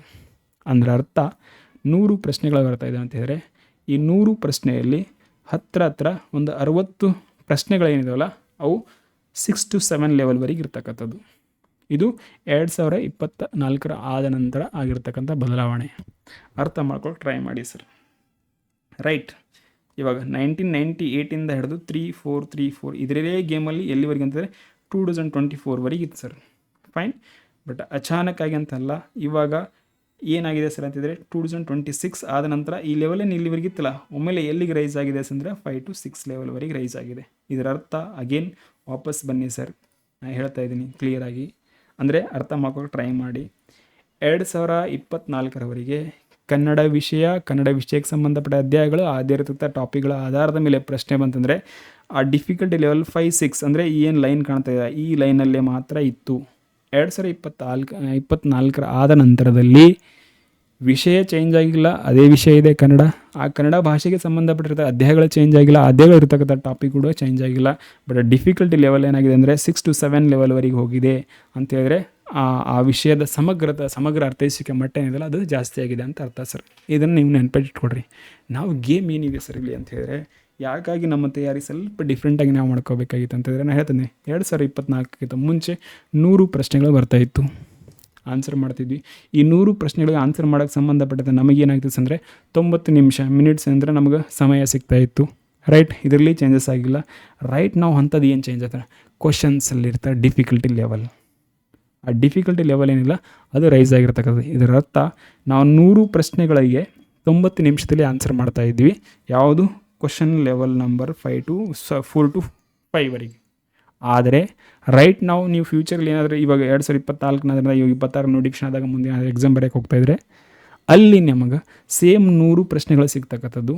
ಕೆಲವು ಕಡೆ 35 ಪ್ರಶ್ನೆ ಸಿಗ್ತಕ್ಕಂಥ KPC group C communication paper ಇದ್ದರೆ ಓಕೆ ಸರ್ ಫೈನ್, ನಮಗೆ ಸಿಗ್ತದೆ. ಜನರಲಾಗಿ ಅರ್ಥ ಮಾಡ್ಕೊಡ್ರಿ, ಸಿಗ್ತಕ್ಕಂಥ 90 ನಿಮಿಷ. ಇದರಲ್ಲಿ ಏನೂ ಬದಲಾವಣೆ ಆಗಿಲ್ಲ. ಬದಲಾವಣೆ ಆಗಿರ್ತಕ್ಕಂಥದ್ದು ಕ್ವಶನಲ್ಲಿ. ಇವಾಗ ಕ್ವಶನ್ ಡಿಫಿಕಲ್ಟಿ ಲೆವೆಲ್ ಜಾಸ್ತಿ ಆಗ್ತಾಯಿದೆ ಅಂದರೆ ಹತ್ರ ಕೊಡ್ರಿ, ಒಂದು ಕ್ವಶನ್ ಇದೆ, ಒಂದು ಕ್ವಶನ್ ಏನಂದರೆ ಒಂದು 60ರಿಂದ 70 ಪದಗಳಲ್ಲಿ ಮುಗಿತಾ ಇತ್ತು. ಅರ್ಥ ಮಾಡೋ ಟ್ರೈ ಮಾಡಿ. ಇದಕ್ಕಿಂತ ಮುಂಚೆ ಒಂದು ಪ್ರಶ್ನೆ ಇದೆ ಅಂದರೆ 60ರಿಂದ ವಿತ್ ಇನ್ಕ್ಲೂಡಿಂಗ್ 4 ಆಪ್ಷನ್ ಸೇರಿ 60ರಿಂದ 70 ಪದಗಳಲ್ಲಿ ಮುಗಿದು ಹೋಗ್ತಿತ್ತು. ಆದರೆ ಇವಾಗ ಏನು ಮಾಡಿದೆ ಆನ್ಸರ್ ಅಂತ ಹೇಳಿದ್ರೆ ರೈಟ್ ನಾವು 2024 ಅಂದರೆ ಒಂದು ಪ್ರಶ್ನೆ ಇದೆ ಅಂತಂದರೆ ಹತ್ರ ಏನಾಗಿದೆ ಸರ್ 120ರಿಂದ 200 ಪದಗಳಿಗೆ ಸಂಬಂಧಪಟ್ಟಂತೆ. ಸರ್ ನೀವೇನು ಸರ್ ಇಷ್ಟು ಹೇಳ್ಬಿಟ್ರಿ ಅಂತೇಳಿ 200 ಪದಗಳಿಗೆ ನಾವು ಎಸ್ಸೇ ಬರಿತೀವಲ್ಲ ಸರ್ ಹಿಂಗಿದ್ರೆ ನಾನು ಇವಾಗಿಂದ ಹೇಳ್ತಾ ಇಲ್ಲ, ಮುಂದಿಂದ ಹೇಳ್ತಾ ಇದ್ದೆ. ಓಕೆ ಫೈನ್ ಸರ್ ಅಂತಂದರೆ ಹತ್ರ 120 ವರ್ಡ್ಸ್ವರೆಗೆ ಸಂಬಂಧಪಟ್ಟದೆ ಇರ್ತಕ್ಕಂಥ ಪ್ರಶ್ನೆಗಳಲ್ಲಿ ಒಂದು 10ರಿಂದ 15 ಪ್ರಶ್ನೆಗಳು ಈ ಲೆವೆಲಲ್ಲಿ ಕ್ವಶನ್ ಫ್ರೇಮ್ ಮಾಡ್ತಕ್ಕಂಥದ್ದು. ಇವಾಗ ಒಂದು ಲೈನಲ್ಲಿ ಎಷ್ಟು ವರ್ಡ್ ಹಾಕ್ಬೋದು ಸರ್ ಅಂದರೆ ಒಂದು ಲೈನಲ್ಲಿ ಒಂದು 5ರಿಂದ 7, 8, 10 ಪದಗಳನ್ನು ಅಂದ್ಕೊಡ್ರಿ ಸರ್. ಜನರಲಾಗಿ ಏನು ಮಾಡಿದ್ರೆ ಕ್ವಶನ್ನೇ ಒಂದು ಪುಟದಲ್ಲಿ ಒಂದೊಂದು ಕ್ವಶನ್ ಬರ್ತಾಯಿದೆ ಒಂದು. ರೈಟ್, ಸೆಕೆಂಡ್ ಏನಿದೆ ಸರ್ ಅಂತ ಹೇಳಿದ್ರೆ ಆ ಕ್ವಶನಿಗೆ ಸಂಬಂಧಪಟ್ಟಂತೆ ಆಪ್ಷನ್ಸ್ ಏನು ರೆಡಿ ಮಾಡ್ತಾಯಿದೆ 4 ಆಪ್ಷನ್ಸ್. ಆ 4 ಆಪ್ಷನ್ಸಲ್ಲಿ ಒಂದೊಂದರಲ್ಲಿ 20 ವರ್ಡ್ಸ್ದೇ ಒಂದು ಏನಾಗ ಮಾಡ್ತಾಯಿದೆ ಅನ್ಸಂದ್ರೆ ಒಂದು ಕ್ವಶನ್ ಫ್ರೇಮ್ ಮಾಡ್ತಾಯಿದ್ದಾನೆ. ಅಂದರೆ ಡಿಫಿಕಲ್ಟಿ ಲೆವೆಲ್ ನೀವು ಅರ್ಥ ಮಾಡ್ಕೊಂಡು ಟ್ರೈ ಮಾಡಿ ಪದಗಳಿಗೆ ಸಂಬಂಧಪಡುತ್ತೆ. ಅಂದರೆ ಅರ್ಥ ಪ್ರಶ್ನೆಗಳಲ್ಲಿ ಚೇಂಜ್ ಆಗಿಲ್ಲ, ಪ್ರಶ್ನೆಗಳ ಸಂಖ್ಯೆಯಲ್ಲಿ ಸಮಯ ಚೇಂಜ್ ಆಗಿಲ್ಲ, ಎರಡರಲ್ಲಿ ಸೇಮ್ ಇದೆ. ಬಟ್ ಪ್ರಶ್ನೆ ಪತ್ರಿಕೆಯ ಒಟ್ಟು ಪದಗಳ ಸಂಖ್ಯೆ ಜಾಸ್ತಿ ಆಗಿದೆ, ಜೊತೆಗೆ ಪ್ರಶ್ನೆ ಲೆವೆಲ್ ಏನಿದೆ ಡಿಫಿಕಲ್ಟ್ ಅದು ಚೇಂಜ್ ಆಗಿದೆ ಅಂತಿದ್ರೆ ಅದೇ ಕಡಿಮೆ ಸಮಯದಲ್ಲಿ ಅಷ್ಟು ಪದಗಳನ್ನು ಓದಿ ಮತ್ತು ಸಮಗ್ರವಾಗಿ ಆ 4 ಆಪ್ಷನ್ಗಳಿಗೆ ಸಂಬಂಧಪಟ್ಟ ಎಡಿಷ್ನಲ್ 4 ಆಪ್ಷನ್ ಸೇರಿಸಿ ನಾವು ಇವಾಗ ಆನ್ಸರ್ ಮಾಡಬೇಕಾಗಿದೆ. ಸೊ ಇದರ ಅರ್ಥ ನೀವು ಚೆಂದ ಅರ್ಥ ಮಾಡ್ಕೊಂಡು ಟ್ರೈ ಮಾಡಿ. ಹತ್ರ ಏನಿಲ್ಲ ಅಂತ ಹೇಳಿದ್ರು ಇವಾಗ ಅದೇ ಇದಕ್ಕಿಂತ ಮುಂಚೆ ನಾವೇನು 90 ನಿಮಿಷದಲ್ಲಿ 100 ಅಂಕಗಳಿಗೆ ಒಂದು ಕ್ವಶನ್ ಪೇಪರ್ ಬಿಡಿಸ್ತಾ ಇದ್ದಿಲ್ಲ. ರೈಟ್ ನಾವು ಇವಾಗ 2024 ಆದಮೇಲೆ ಅದೇ 90 ನಿಮಿಷದಲ್ಲಿ ಹಿಂದಕ್ಕೆ ನಾವು ಕಂಪೇರ್ ಮಾಡಿದ್ರೆ 100 ಪ್ರಶ್ನೆಗಳಿಗೆ ಉತ್ತರ ಮಾಡ್ತಾಯಿಲ್ಲ, ನಾವು 400 ಪ್ರಶ್ನೆಗಳಿಗೆ ಉತ್ತರ ಮಾಡೋಷ್ಟು ಆ ಪ್ರಶ್ನೆ ಪತ್ರಿಕೆಯಲ್ಲಿ ವೇಟೇಜ್ ಜಾಸ್ತಿ ಆಗಿದೆ. ನೀವು ಇದನ್ನು ಒಪ್ಕೊಳ್ರಿ ಬಿಡ್ರಿ ಸರ್, ಇದು ಫ್ಯಾಕ್ಟ್. ಅಗೇನು ವಾಪಸ್ ಬರೀ ಸರ್ ನೀವು 120 ವರ್ಡ್ ಹೇಳಿದ್ರಿ, 120 ವರ್ಡ್ ಯಾವ್ದು ಇದೆ ರೀ ಪ್ರಶ್ನೆ ಅಂತ ನಮಗೆ ಅನಿಸ್ಬೋದು. ಆ ಪ್ರಶ್ನೆ ಬರೀ 50 ವರ್ಡ್ 60 ವರ್ಡಲ್ಲಿ ಇರಲಿ, ಬಟ್ ಆ ಪ್ರಶ್ನೆಯಲ್ಲಿ ಇರ್ತಕ್ಕಂಥ ಡಿಫಿಕಲ್ಟಿ ಲೆವೆಲ್ ಏನಿದಿಲ್ಲ ಅದನ್ನು ನಾವು ಸಮಗ್ರ ವಿಷಯನ ಅರ್ಥ ಮಾಡ್ಕೊಳ್ಳೋದ್ರಲ್ಲಿ ಅಂತಂದರೆ ಲೈಕ್ ಈ ಮುಂಚೆ ಒಂದು ಅಧ್ಯಾಯದಿಂದ ಒಂದು ಕ್ವಶನ್ ಬರ್ತಾ ಇದ್ದಾರೆ, ಇವಾಗ ಹಾಗಲ್ಲ. ಕ್ವಶನ್ ಒಂದು ಚಾಪ್ಟರಿಂದ ಬರ್ತಾ ಇಲ್ಲ, ಕ್ವಶನ್ ಬಂತು, ಆ ಕ್ವಶನಲ್ಲಿ 4ಕ್ಕೆ 4 ಆಪ್ಷನ್ 4 ಚಾಪ್ಟ್ರಲ್ಲಿ ಇರ್ತಕ್ಕಂಥದ್ದು. ಮತ್ತು ಆ 4 ಚಾಪ್ಟ್ರಲ್ಲಿ ಬಂದಿರೋದಂದ್ರೆ ಅದಾಗೇನು ಅದರಲ್ಲಿ 4ರಲ್ಲಿ 3 ಹೇಳಿಕೆ 2 ಹೇಳಿಕೆ ಯಾವ್ದು ಸರಿಯಾಗಿದೆ ಅಂತ ಅದನ್ನು ಅರ್ಥ ಮಾಡ್ಕೊಳ್ಳೋದ್ರೊಳಗೆ ಅಷ್ಟು ಸಮಯ ಹೋಗ್ತಾ ಇದೆ. ಅಂದ್ರೆ ಅರ್ಥ ಮಾಡ್ಕೊಡ್ರಿ. ಸಾಮಾನ್ಯ ಕನ್ನಡ ಪತ್ರಿಕೆಗೆ ಸಂಬಂಧಪಟ್ಟಂತೆ ನೀವು ಮ್ಯಾಕ್ಸಿಮಮ್ ಸ್ಕೋರ್ ಮಾಡಬೇಕಾಗಿತ್ತಂದರೆ ರೈಟ್ ನಾವು ಏನು ಮಾಡಬೇಕು ಅನ್ನೋದು ನಿಮಗೆ ಪ್ರಾಪರಾಗಿ ಗೊತ್ತಿರಬೇಕು. ಇದನ್ನು ಮೈಂಡಲ್ಲಿ ಇಟ್ಕೊಡ್ರಿ. 90 ನಿಮಿಷದಲ್ಲಿ ನಾವು ಇವಾಗ 100 ಪ್ರಶ್ನೆಗಳಿಗೆ ಉತ್ತರ ಮಾಡ್ತಾ ಇಲ್ಲ, 400 ಪ್ರಶ್ನೆಗಳಿಗೆ ಉತ್ತರ ಮಾಡ್ತಾ ಇದ್ದೀವಿ. ಅದರಲ್ಲಿ ಬದಲಾವಣೆ ಇಲ್ಲ. ಇದು ಯಾಕೆ ಆಯ್ತು ಸರ್ ಅಂತಂದರೆ ಅಗೇನ್ ಕಾಂಪಿಟೇಷನ್ ಜಾಸ್ತಿ ಆದಂತೆ, ಜೊತೆಗೆ AI ಬಂದಿದೆ. ಕ್ವಶನ್ ಪೇಪರ್ ಹೆಂಗಾರು ರೆಡಿ ಮಾಡ್ಬೋದು, ಏನಾದರೂ ಏನೇ ಡಿಫಿಕಲ್ಟ್ ಲೆವೆಲ್ ಆಗ್ಬೋದು, ಅದು ಕ್ಲಿಯರ್ ಕಟ್ಟಾಗಿ ಗೊತ್ತಾಗ್ತಾ ಇದೆ ಕ್ವಶನ್ ಪೇಪರಲ್ಲಿ. ಅದನ್ನೆಲ್ಲ ಅವ್ರು ಬಳಕೆ ಮಾಡಿರ್ತಕ್ಕಂಥದ್ದು. ಸೊ ಹಾಗಾಗಿ ಆಟೋಮೆಟಿಕ್ ಡಿಫಿಕಲ್ಟ್ ಲೆವೆಲ್ ಹೋಗ್ತಾ ಇದೆ. ನಮ್ಮ ತಯಾರಿ ಕೂಡ ಆ ಲೆವೆಲಲ್ಲಿ ಇರಬೇಕು. ಇವಾಗ ಗೇಮ್ ಇಲ್ಲಿವರೆಗೆ ಹೋಗ್ತಾ ಇದೆ ಅಂದರೆ ನಿಮ್ಮ ತಯಾರಿ 8-9ನೇ ಲೆವೆಲ್ವರೆಗೆ ನೀವು ಮಾಡ್ಕೋಬೇಕು ಅಂತ. 8-9ನೇ ಲೆವೆಲ್ವರೆಗೆ ಹೋಗ್ಬೇಕು ಸರ್ ಅಂತಂದರೆ ಅಗೇನ್ ಆ ವಿಷಯಕ್ಕೆ ಸಂಬಂಧಪಟ್ಟಂತೆ, ಆ ವಿಷಯದಲ್ಲಿರ್ತಕ್ಕಂಥ ಪ್ರಮುಖ ಅಧ್ಯಾಯಗಳಿಗೆ ಸಂಬಂಧಪಟ್ಟಂತೆ, ಆ ವಿಷಯ ವಸ್ತುಗಳಿಗೆ ಸಂಬಂಧಪಟ್ಟಂತೆ ಒಂದು ಪ್ರಾಪರ್ ವೇಯಲ್ಲಿ ನಮಗೆ ಏನಂತಂದರೆ ಮಾಹಿತಿ ಇರಬೇಕಾಗತ್ತೆ. ಐ ಹೋಪ್ ಯಾವ್ದು ಸರ್ ಅಂತಂದರೆ ಈ MCQs ಚಿತ್ರಣ ಏನಿದೆಯಲ್ಲ, ಕ್ವಶನ್ಸ್ ಡಿಫಿಕಲ್ಟಿ ಲೆವೆಲ್ ಏನಿದೆಯಲ್ಲ, ಅದು ಹೆಂಗೆ ಬದಲಾವಣೆ ಆಗಿದೆ ಅನ್ನೋದು ನಿಮಗೆ ಕ್ಲಿಯರಾಗಿ ಅರ್ಥ ಆಗಿದೆ ಅನ್ಕೋತೀನಿ. ಉಳಿದಂತೆ ಇದು ಕೇವಲ ಸಾಮಾನ್ಯ ಕನ್ನಡ ಪತ್ರಿಕೆಯಲ್ಲಿ ಮಾತ್ರ ಕಂಡು ಬರ್ತಾ ಇಲ್ಲ, ಇದು ಎಲ್ಲ ವಿಷಯಗಳಲ್ಲಿ ಇತ್ತೀಚೆಗೆ ಆಗ್ತಕ್ಕಂಥ ಬದಲಾವಣೆ. ಇದನ್ನು ಗಮನದಲ್ಲಿ ಇಟ್ಕೊಡ್ರಿ. ವಿಶೇಷವಾಗಿ KEA ಅವ್ರೇನು ಎಕ್ಸಾಮ್ ನಡೆಸ್ತಾರಲ್ಲ ಅವ್ರ ಫಾರ್ಮೆಟ್ ಇದನ್ನು ಫಾಲೋ ಮಾಡ್ತಾಯಿದ್ದಾರೆ ಸದ್ಯಕ್ಕೆ. ಉಳಿದಂತೆ KPSC ಇನ್ನು ಅದ್ರ ಏನು ಹೇಳೋಣ ಸರ್ ಅದ್ರ ಬಗ್ಗೆ. ರೈಟ್, ಗೊತ್ತಿದೆ ಅದು ನಿಮಗೆ. ಐ ಹೋಪ್ ಪಾಯಿಂಟ್ಸ್ ಕ್ಲಿಯರ್ ಆಗಿದೆ ಅನ್ಕೊತೀನಿ. ಉಳಿದಂತೆ ಫ್ಯೂಚರಲ್ಲಿ ಅವರು ಕೂಡ ಇದೇ ಫಾರ್ಮೆಟಲ್ಲಿ ಮಾಡ್ತಕ್ಕಂಥದ್ದು. ಈವನ್ ಪೊಲೀಸ್ ಡಿಪಾರ್ಟ್ಮೆಂಟ್ ಅವ್ರು ಎಕ್ಸಾಮ್ ನಡೆಸಕ್ಕೆ ಕೊಟ್ಟರೆ ಅವರು ಇದೇ ಫಾರ್ಮೆಟಲ್ಲಿ ಹೋಗ್ತಕ್ಕಂಥದ್ದು. ಸೊ ಹಾಗಾಗಿ ಒಂದು ವಿಷಯದ ಬಗ್ಗೆ ಬರೀ ಕನ್ನಡ ಅಂತ ಮಾತ್ರ ಅಲ್ಲ, ಯಾವುದಾದ್ರೂ ಒಂದು ವಿಷಯದ ಬಗ್ಗೆ ಓದ್ತಿರ್ಬೇಕಾದ್ರೆ ಒಂದು ಫೌಂಡೇಶನ್ ಹಾಕ್ಕೊಂಡು ಪ್ರಾಪರ್ ವೇಯಲ್ಲಿ ವಿಷಯದ ಸಮಗ್ರತೆಯನ್ನು ಅದರ ಆಳವನ್ನು ಅರ್ಥ ಮಾಡಿಕೊಂಡು ಅನಲೈಸ್ ಫಾರ್ಮೆಟಲ್ಲಿ ಓದ್ರಿ. ಆನ್ಲೈನ್ ಫಾರ್ಮೆಟಲ್ಲಿ ಹೋಗ್ಬಿಡ್ರಿ. ಹಾಗೇನು ಇಷ್ಟೇ ಸರ್, ಮತ್ತಿನ್ನೇನಿಲ್ಲ. ಓಕೆ, ಸೊ ಐ ಹೋಪ್ ಸ್ಟಾರ್ಟಿಂಗಲ್ಲಿ ನಾನು ಹೇಳಿದ್ನಲ್ಲ ನಿಮಗೆ. ಓಕೆ ನಾವು ಸೊ ಯಾವುದಂತಂದರೆ ಕನ್ನಡ ನಾಡುನುಡಿ ಮತ್ತು ವ್ಯಾಕರಣ ಎಂಬ ಪುಸ್ತಕಕ್ಕೆ ಸಂಬಂಧಪಟ್ಟದೆ. ಅದರಲ್ಲಿ ಫಸ್ಟ್ ವಿಷಯ ಯಾವುದಾಗಿತ್ತು ಸರ್ ಅಂತಂದರೆ ಸ್ಪರ್ಧಾತ್ಮಕ ಪರೀಕ್ಷೆಯಲ್ಲಿ ಕನ್ನಡ ಭಾಷೆಯ ಮಹತ್ವ ಮತ್ತು ಕನ್ನಡ ಭಾಷೆಗೆ ಸಂಬಂಧಪಟ್ಟಂತೆ ಇರತಕ್ಕಂಥ ಪತ್ರಿಕೆಗಳ ಬಗ್ಗೆ ಒಂದು ಸಾಮಾನ್ಯ ಪರಿಚಯ ಕೊಡಬೇಕಾಗಿತ್ತು. ಆ ಸಾಮಾನ್ಯ ಪರಿಚಯ ಕ್ಲಿಯರ್ ಆಗಿದೆ, ಅರ್ಥ ಆಗಿದೆ ಅನ್ಕೋತೀನಿ ನಾನು. Okay sir. ಸೊ ನೆಕ್ಸ್ಟ್ ತರಗತಿಯಲ್ಲಿ ನಾವು ಏನು ಮಾಡೋಣ ಸರ್ ಅಂತಂದರೆ ಈ ಪುಸ್ತಕಕ್ಕೆ ಸಂಬಂಧಪಟ್ಟಿರ್ತಕ್ಕಂಥ ಪರಿವಿಡಿ ಬಗ್ಗೆ ನಾವು ಡಿಸ್ಕಷನ್ ಮಾಡೋಣ. ಪರಿವಿಡಿಲಿ 59 ಚಾಪ್ಟರ್ಗಳಿರ್ತಕ್ಕಂಥದ್ದು. ಸೊ ಅದ್ರ ಬಗ್ಗೆ ಡೀಟೇಲಾಗಿ ಹೇಳ್ತೀನಿ. ಅದಕ್ಕಿಂತ ಮುಂಚೆ ಏನಾಗಿತ್ತು, ವಿಷಯ ವಿಶ್ಲೇಷಣೆ ಮಾರ್ಗಸೂಚಿ ಎಂದಿನ ತರಗತಿಯಲ್ಲಿ ಈ ಎಲ್ಲ ವಿಷಯಗಳ ಬಗ್ಗೆ ನಾನು ಚರ್ಚೆ ಮಾಡಿದ್ದೀನಿ ಸರ್. ಇವಾಗ ಉಳಿದಿರ್ತಕ್ಕಂಥ ಯಾವ ಸರ್ ಅಂದರೆ ಕಡ್ಡಾಯ ಕನ್ನಡ ಪತ್ರಿಕೆ. ಸೊ ಕಡ್ಡಾಯ ಕನ್ನಡ ಪತ್ರಿಕೆ ಏನಿದೆಯಲ್ಲ, ಅಗೇನ್ ಅದು ಎಲ್ಲಿತ್ತು, only qualifying nature IAS KS ಪರೀಕ್ಷೆಯಲ್ಲಿ ಮಾತ್ರ ಇತ್ತು. ಅದನ್ನು ನಾವು ನೆಕ್ಸ್ಟ್ ಯಾವುದಾದ್ರೂ ಒಂದು ತರಗತಿಯಲ್ಲಿ ಪ್ರತ್ಯೇಕವಾಗಿ ನಾವು ಏನಂತಿದ್ದಾರೆ, ಎಲ್ಲಿ ಹೋಯ್ತು ಸರ್ ಅದು. Okay sir, fine. ಪ್ರತ್ಯೇಕವಾಗಿ ನಾವು ಅಂತಂದರೆ ಈ ಪೇಪರ್ಗಳಿಗೆ ಸಂಬಂಧಪಟ್ಟಿದೆ. ಇವಾಗ ಸಾಮಾನ್ಯ ಕನ್ನಡ ಪತ್ರಿಕೆ ಅಲ್ಲ, ಸಾಮಾನ್ಯ ಕನ್ನಡ ಪತ್ರಿಕೆಗೆ ಸಂಬಂಧಪಟ್ಟಂತೆ ವರ್ಣಮಾಲೆ, ಸಂಧಿಗಳು, ಅವುಗಳ ಮೇಲೆ ಎಷ್ಟು ಕ್ವಶನ್ಸ್ ಬಂದಿದೆ, ಪ್ರತ್ಯೇಕ ಒಂದು ಸ್ಟ್ರಾಟಜಿ ಕ್ಲಾಸ್ ಮೇಡಮ್. ಅದೇ ರೀತಿ ಕಡ್ಡಾಯ ಕನ್ನಡದ ಪ್ರತ್ಯೇಕವಾದ ಸ್ಟ್ರಾಟಜಿ ಕ್ಲಾಸ್ ಮೇಡಮ್. ಐಚ್ಛಿಕ ಕನ್ನಡದ ಬಗ್ಗೆ ಪ್ರತ್ಯೇಕ ಸ್ಟ್ರಾಟಜಿ ಕ್ಲಾಸ್ ಮೇಡಮ್. ಅಲ್ಲಿ ನಿಮ್ಗೆ ಪ್ರಾಪರ್ ವೇಲಿ ಹೇಳ್ತೀನಿ. ಸೊ ಸಾಮಾನ್ಯ ಕನ್ನಡಕ್ಕೆ ಸಂಬಂಧಪಟ್ಟಂತೆ ಪ್ರಾಪರ್ ವೇಲಿ ಅವೈಲೇಬಲ್ ಇರ್ತಕ್ಕಂಥ ಕ್ವಶನ್ ಪೇಪರ್ನ ಅನಲೈಸ್ ಮಾಡಿ ಪ್ರಾಪರ್ ಮುಂದೆ ಏನು ಬರ್ಬೋದು ಅಂದರೆ ಒಂದು ಸ್ಟ್ರಾಟಜಿ ಕ್ಲಾಸ್ ಅರೌಂಡ್ 2 to 3 ಅವರ್ಸಲ್ಲಿ ಡಿಟೇಲ್ ಆಗಿ ನಾವು ಅದ್ರ ಬಗ್ಗೆ ನೋಡ್ಕೊಳ್ಳೋಣ. ಓಕೆ, ಸೊ ಐ ಹೋಪ್ ಎಲ್ಲ ಪಾಯಿಂಟ್ಸ್ ಯಾವುದಾಗಿತ್ತು ಅಂದರೆ ಈ ಎಲ್ಲ ವಿಚಾರಗಳು ಕ್ಲಿಯರ್ ಆಗಿದೆ ಅನ್ಕೋತೀನಿ ನಾನು. ರೈಟ್, ಉಳಿದಂತೆ ಇನ್ನೇನಾದರೂ ಡೌಟ್ಸ್ ಇದ್ದರೆ ಕಮೆಂಟ್ಸ್ ಬಾಕ್ಸಲ್ಲಿ ಕಳಿಸಿ. ನೆಕ್ಸ್ಟ್ ತರಗತಿಯಲ್ಲಿ ಈ ಪುಸ್ತಕಕ್ಕೆ ಸಂಬಂಧಪಟ್ಟಿರುತ್ತೆ 59 ಅಧ್ಯಾಯಗಳ ಒಂದು ಸಾಮಾನ್ಯ ಪರಿಚಯವನ್ನು ನಾವು ಪರಿವಿಡಿಯಲ್ಲಿ ಮಾಡ್ಕೊಳ್ಳೋಣ ಸರ್. ಓಕೆ, ಸೊ ಇಲ್ಲಿವರೆಗೆ ವಿಡಿಯೋ ನೋಡೋದಕ್ಕೆ ತುಂಬ ಧನ್ಯವಾದಗಳು. Thank you so much.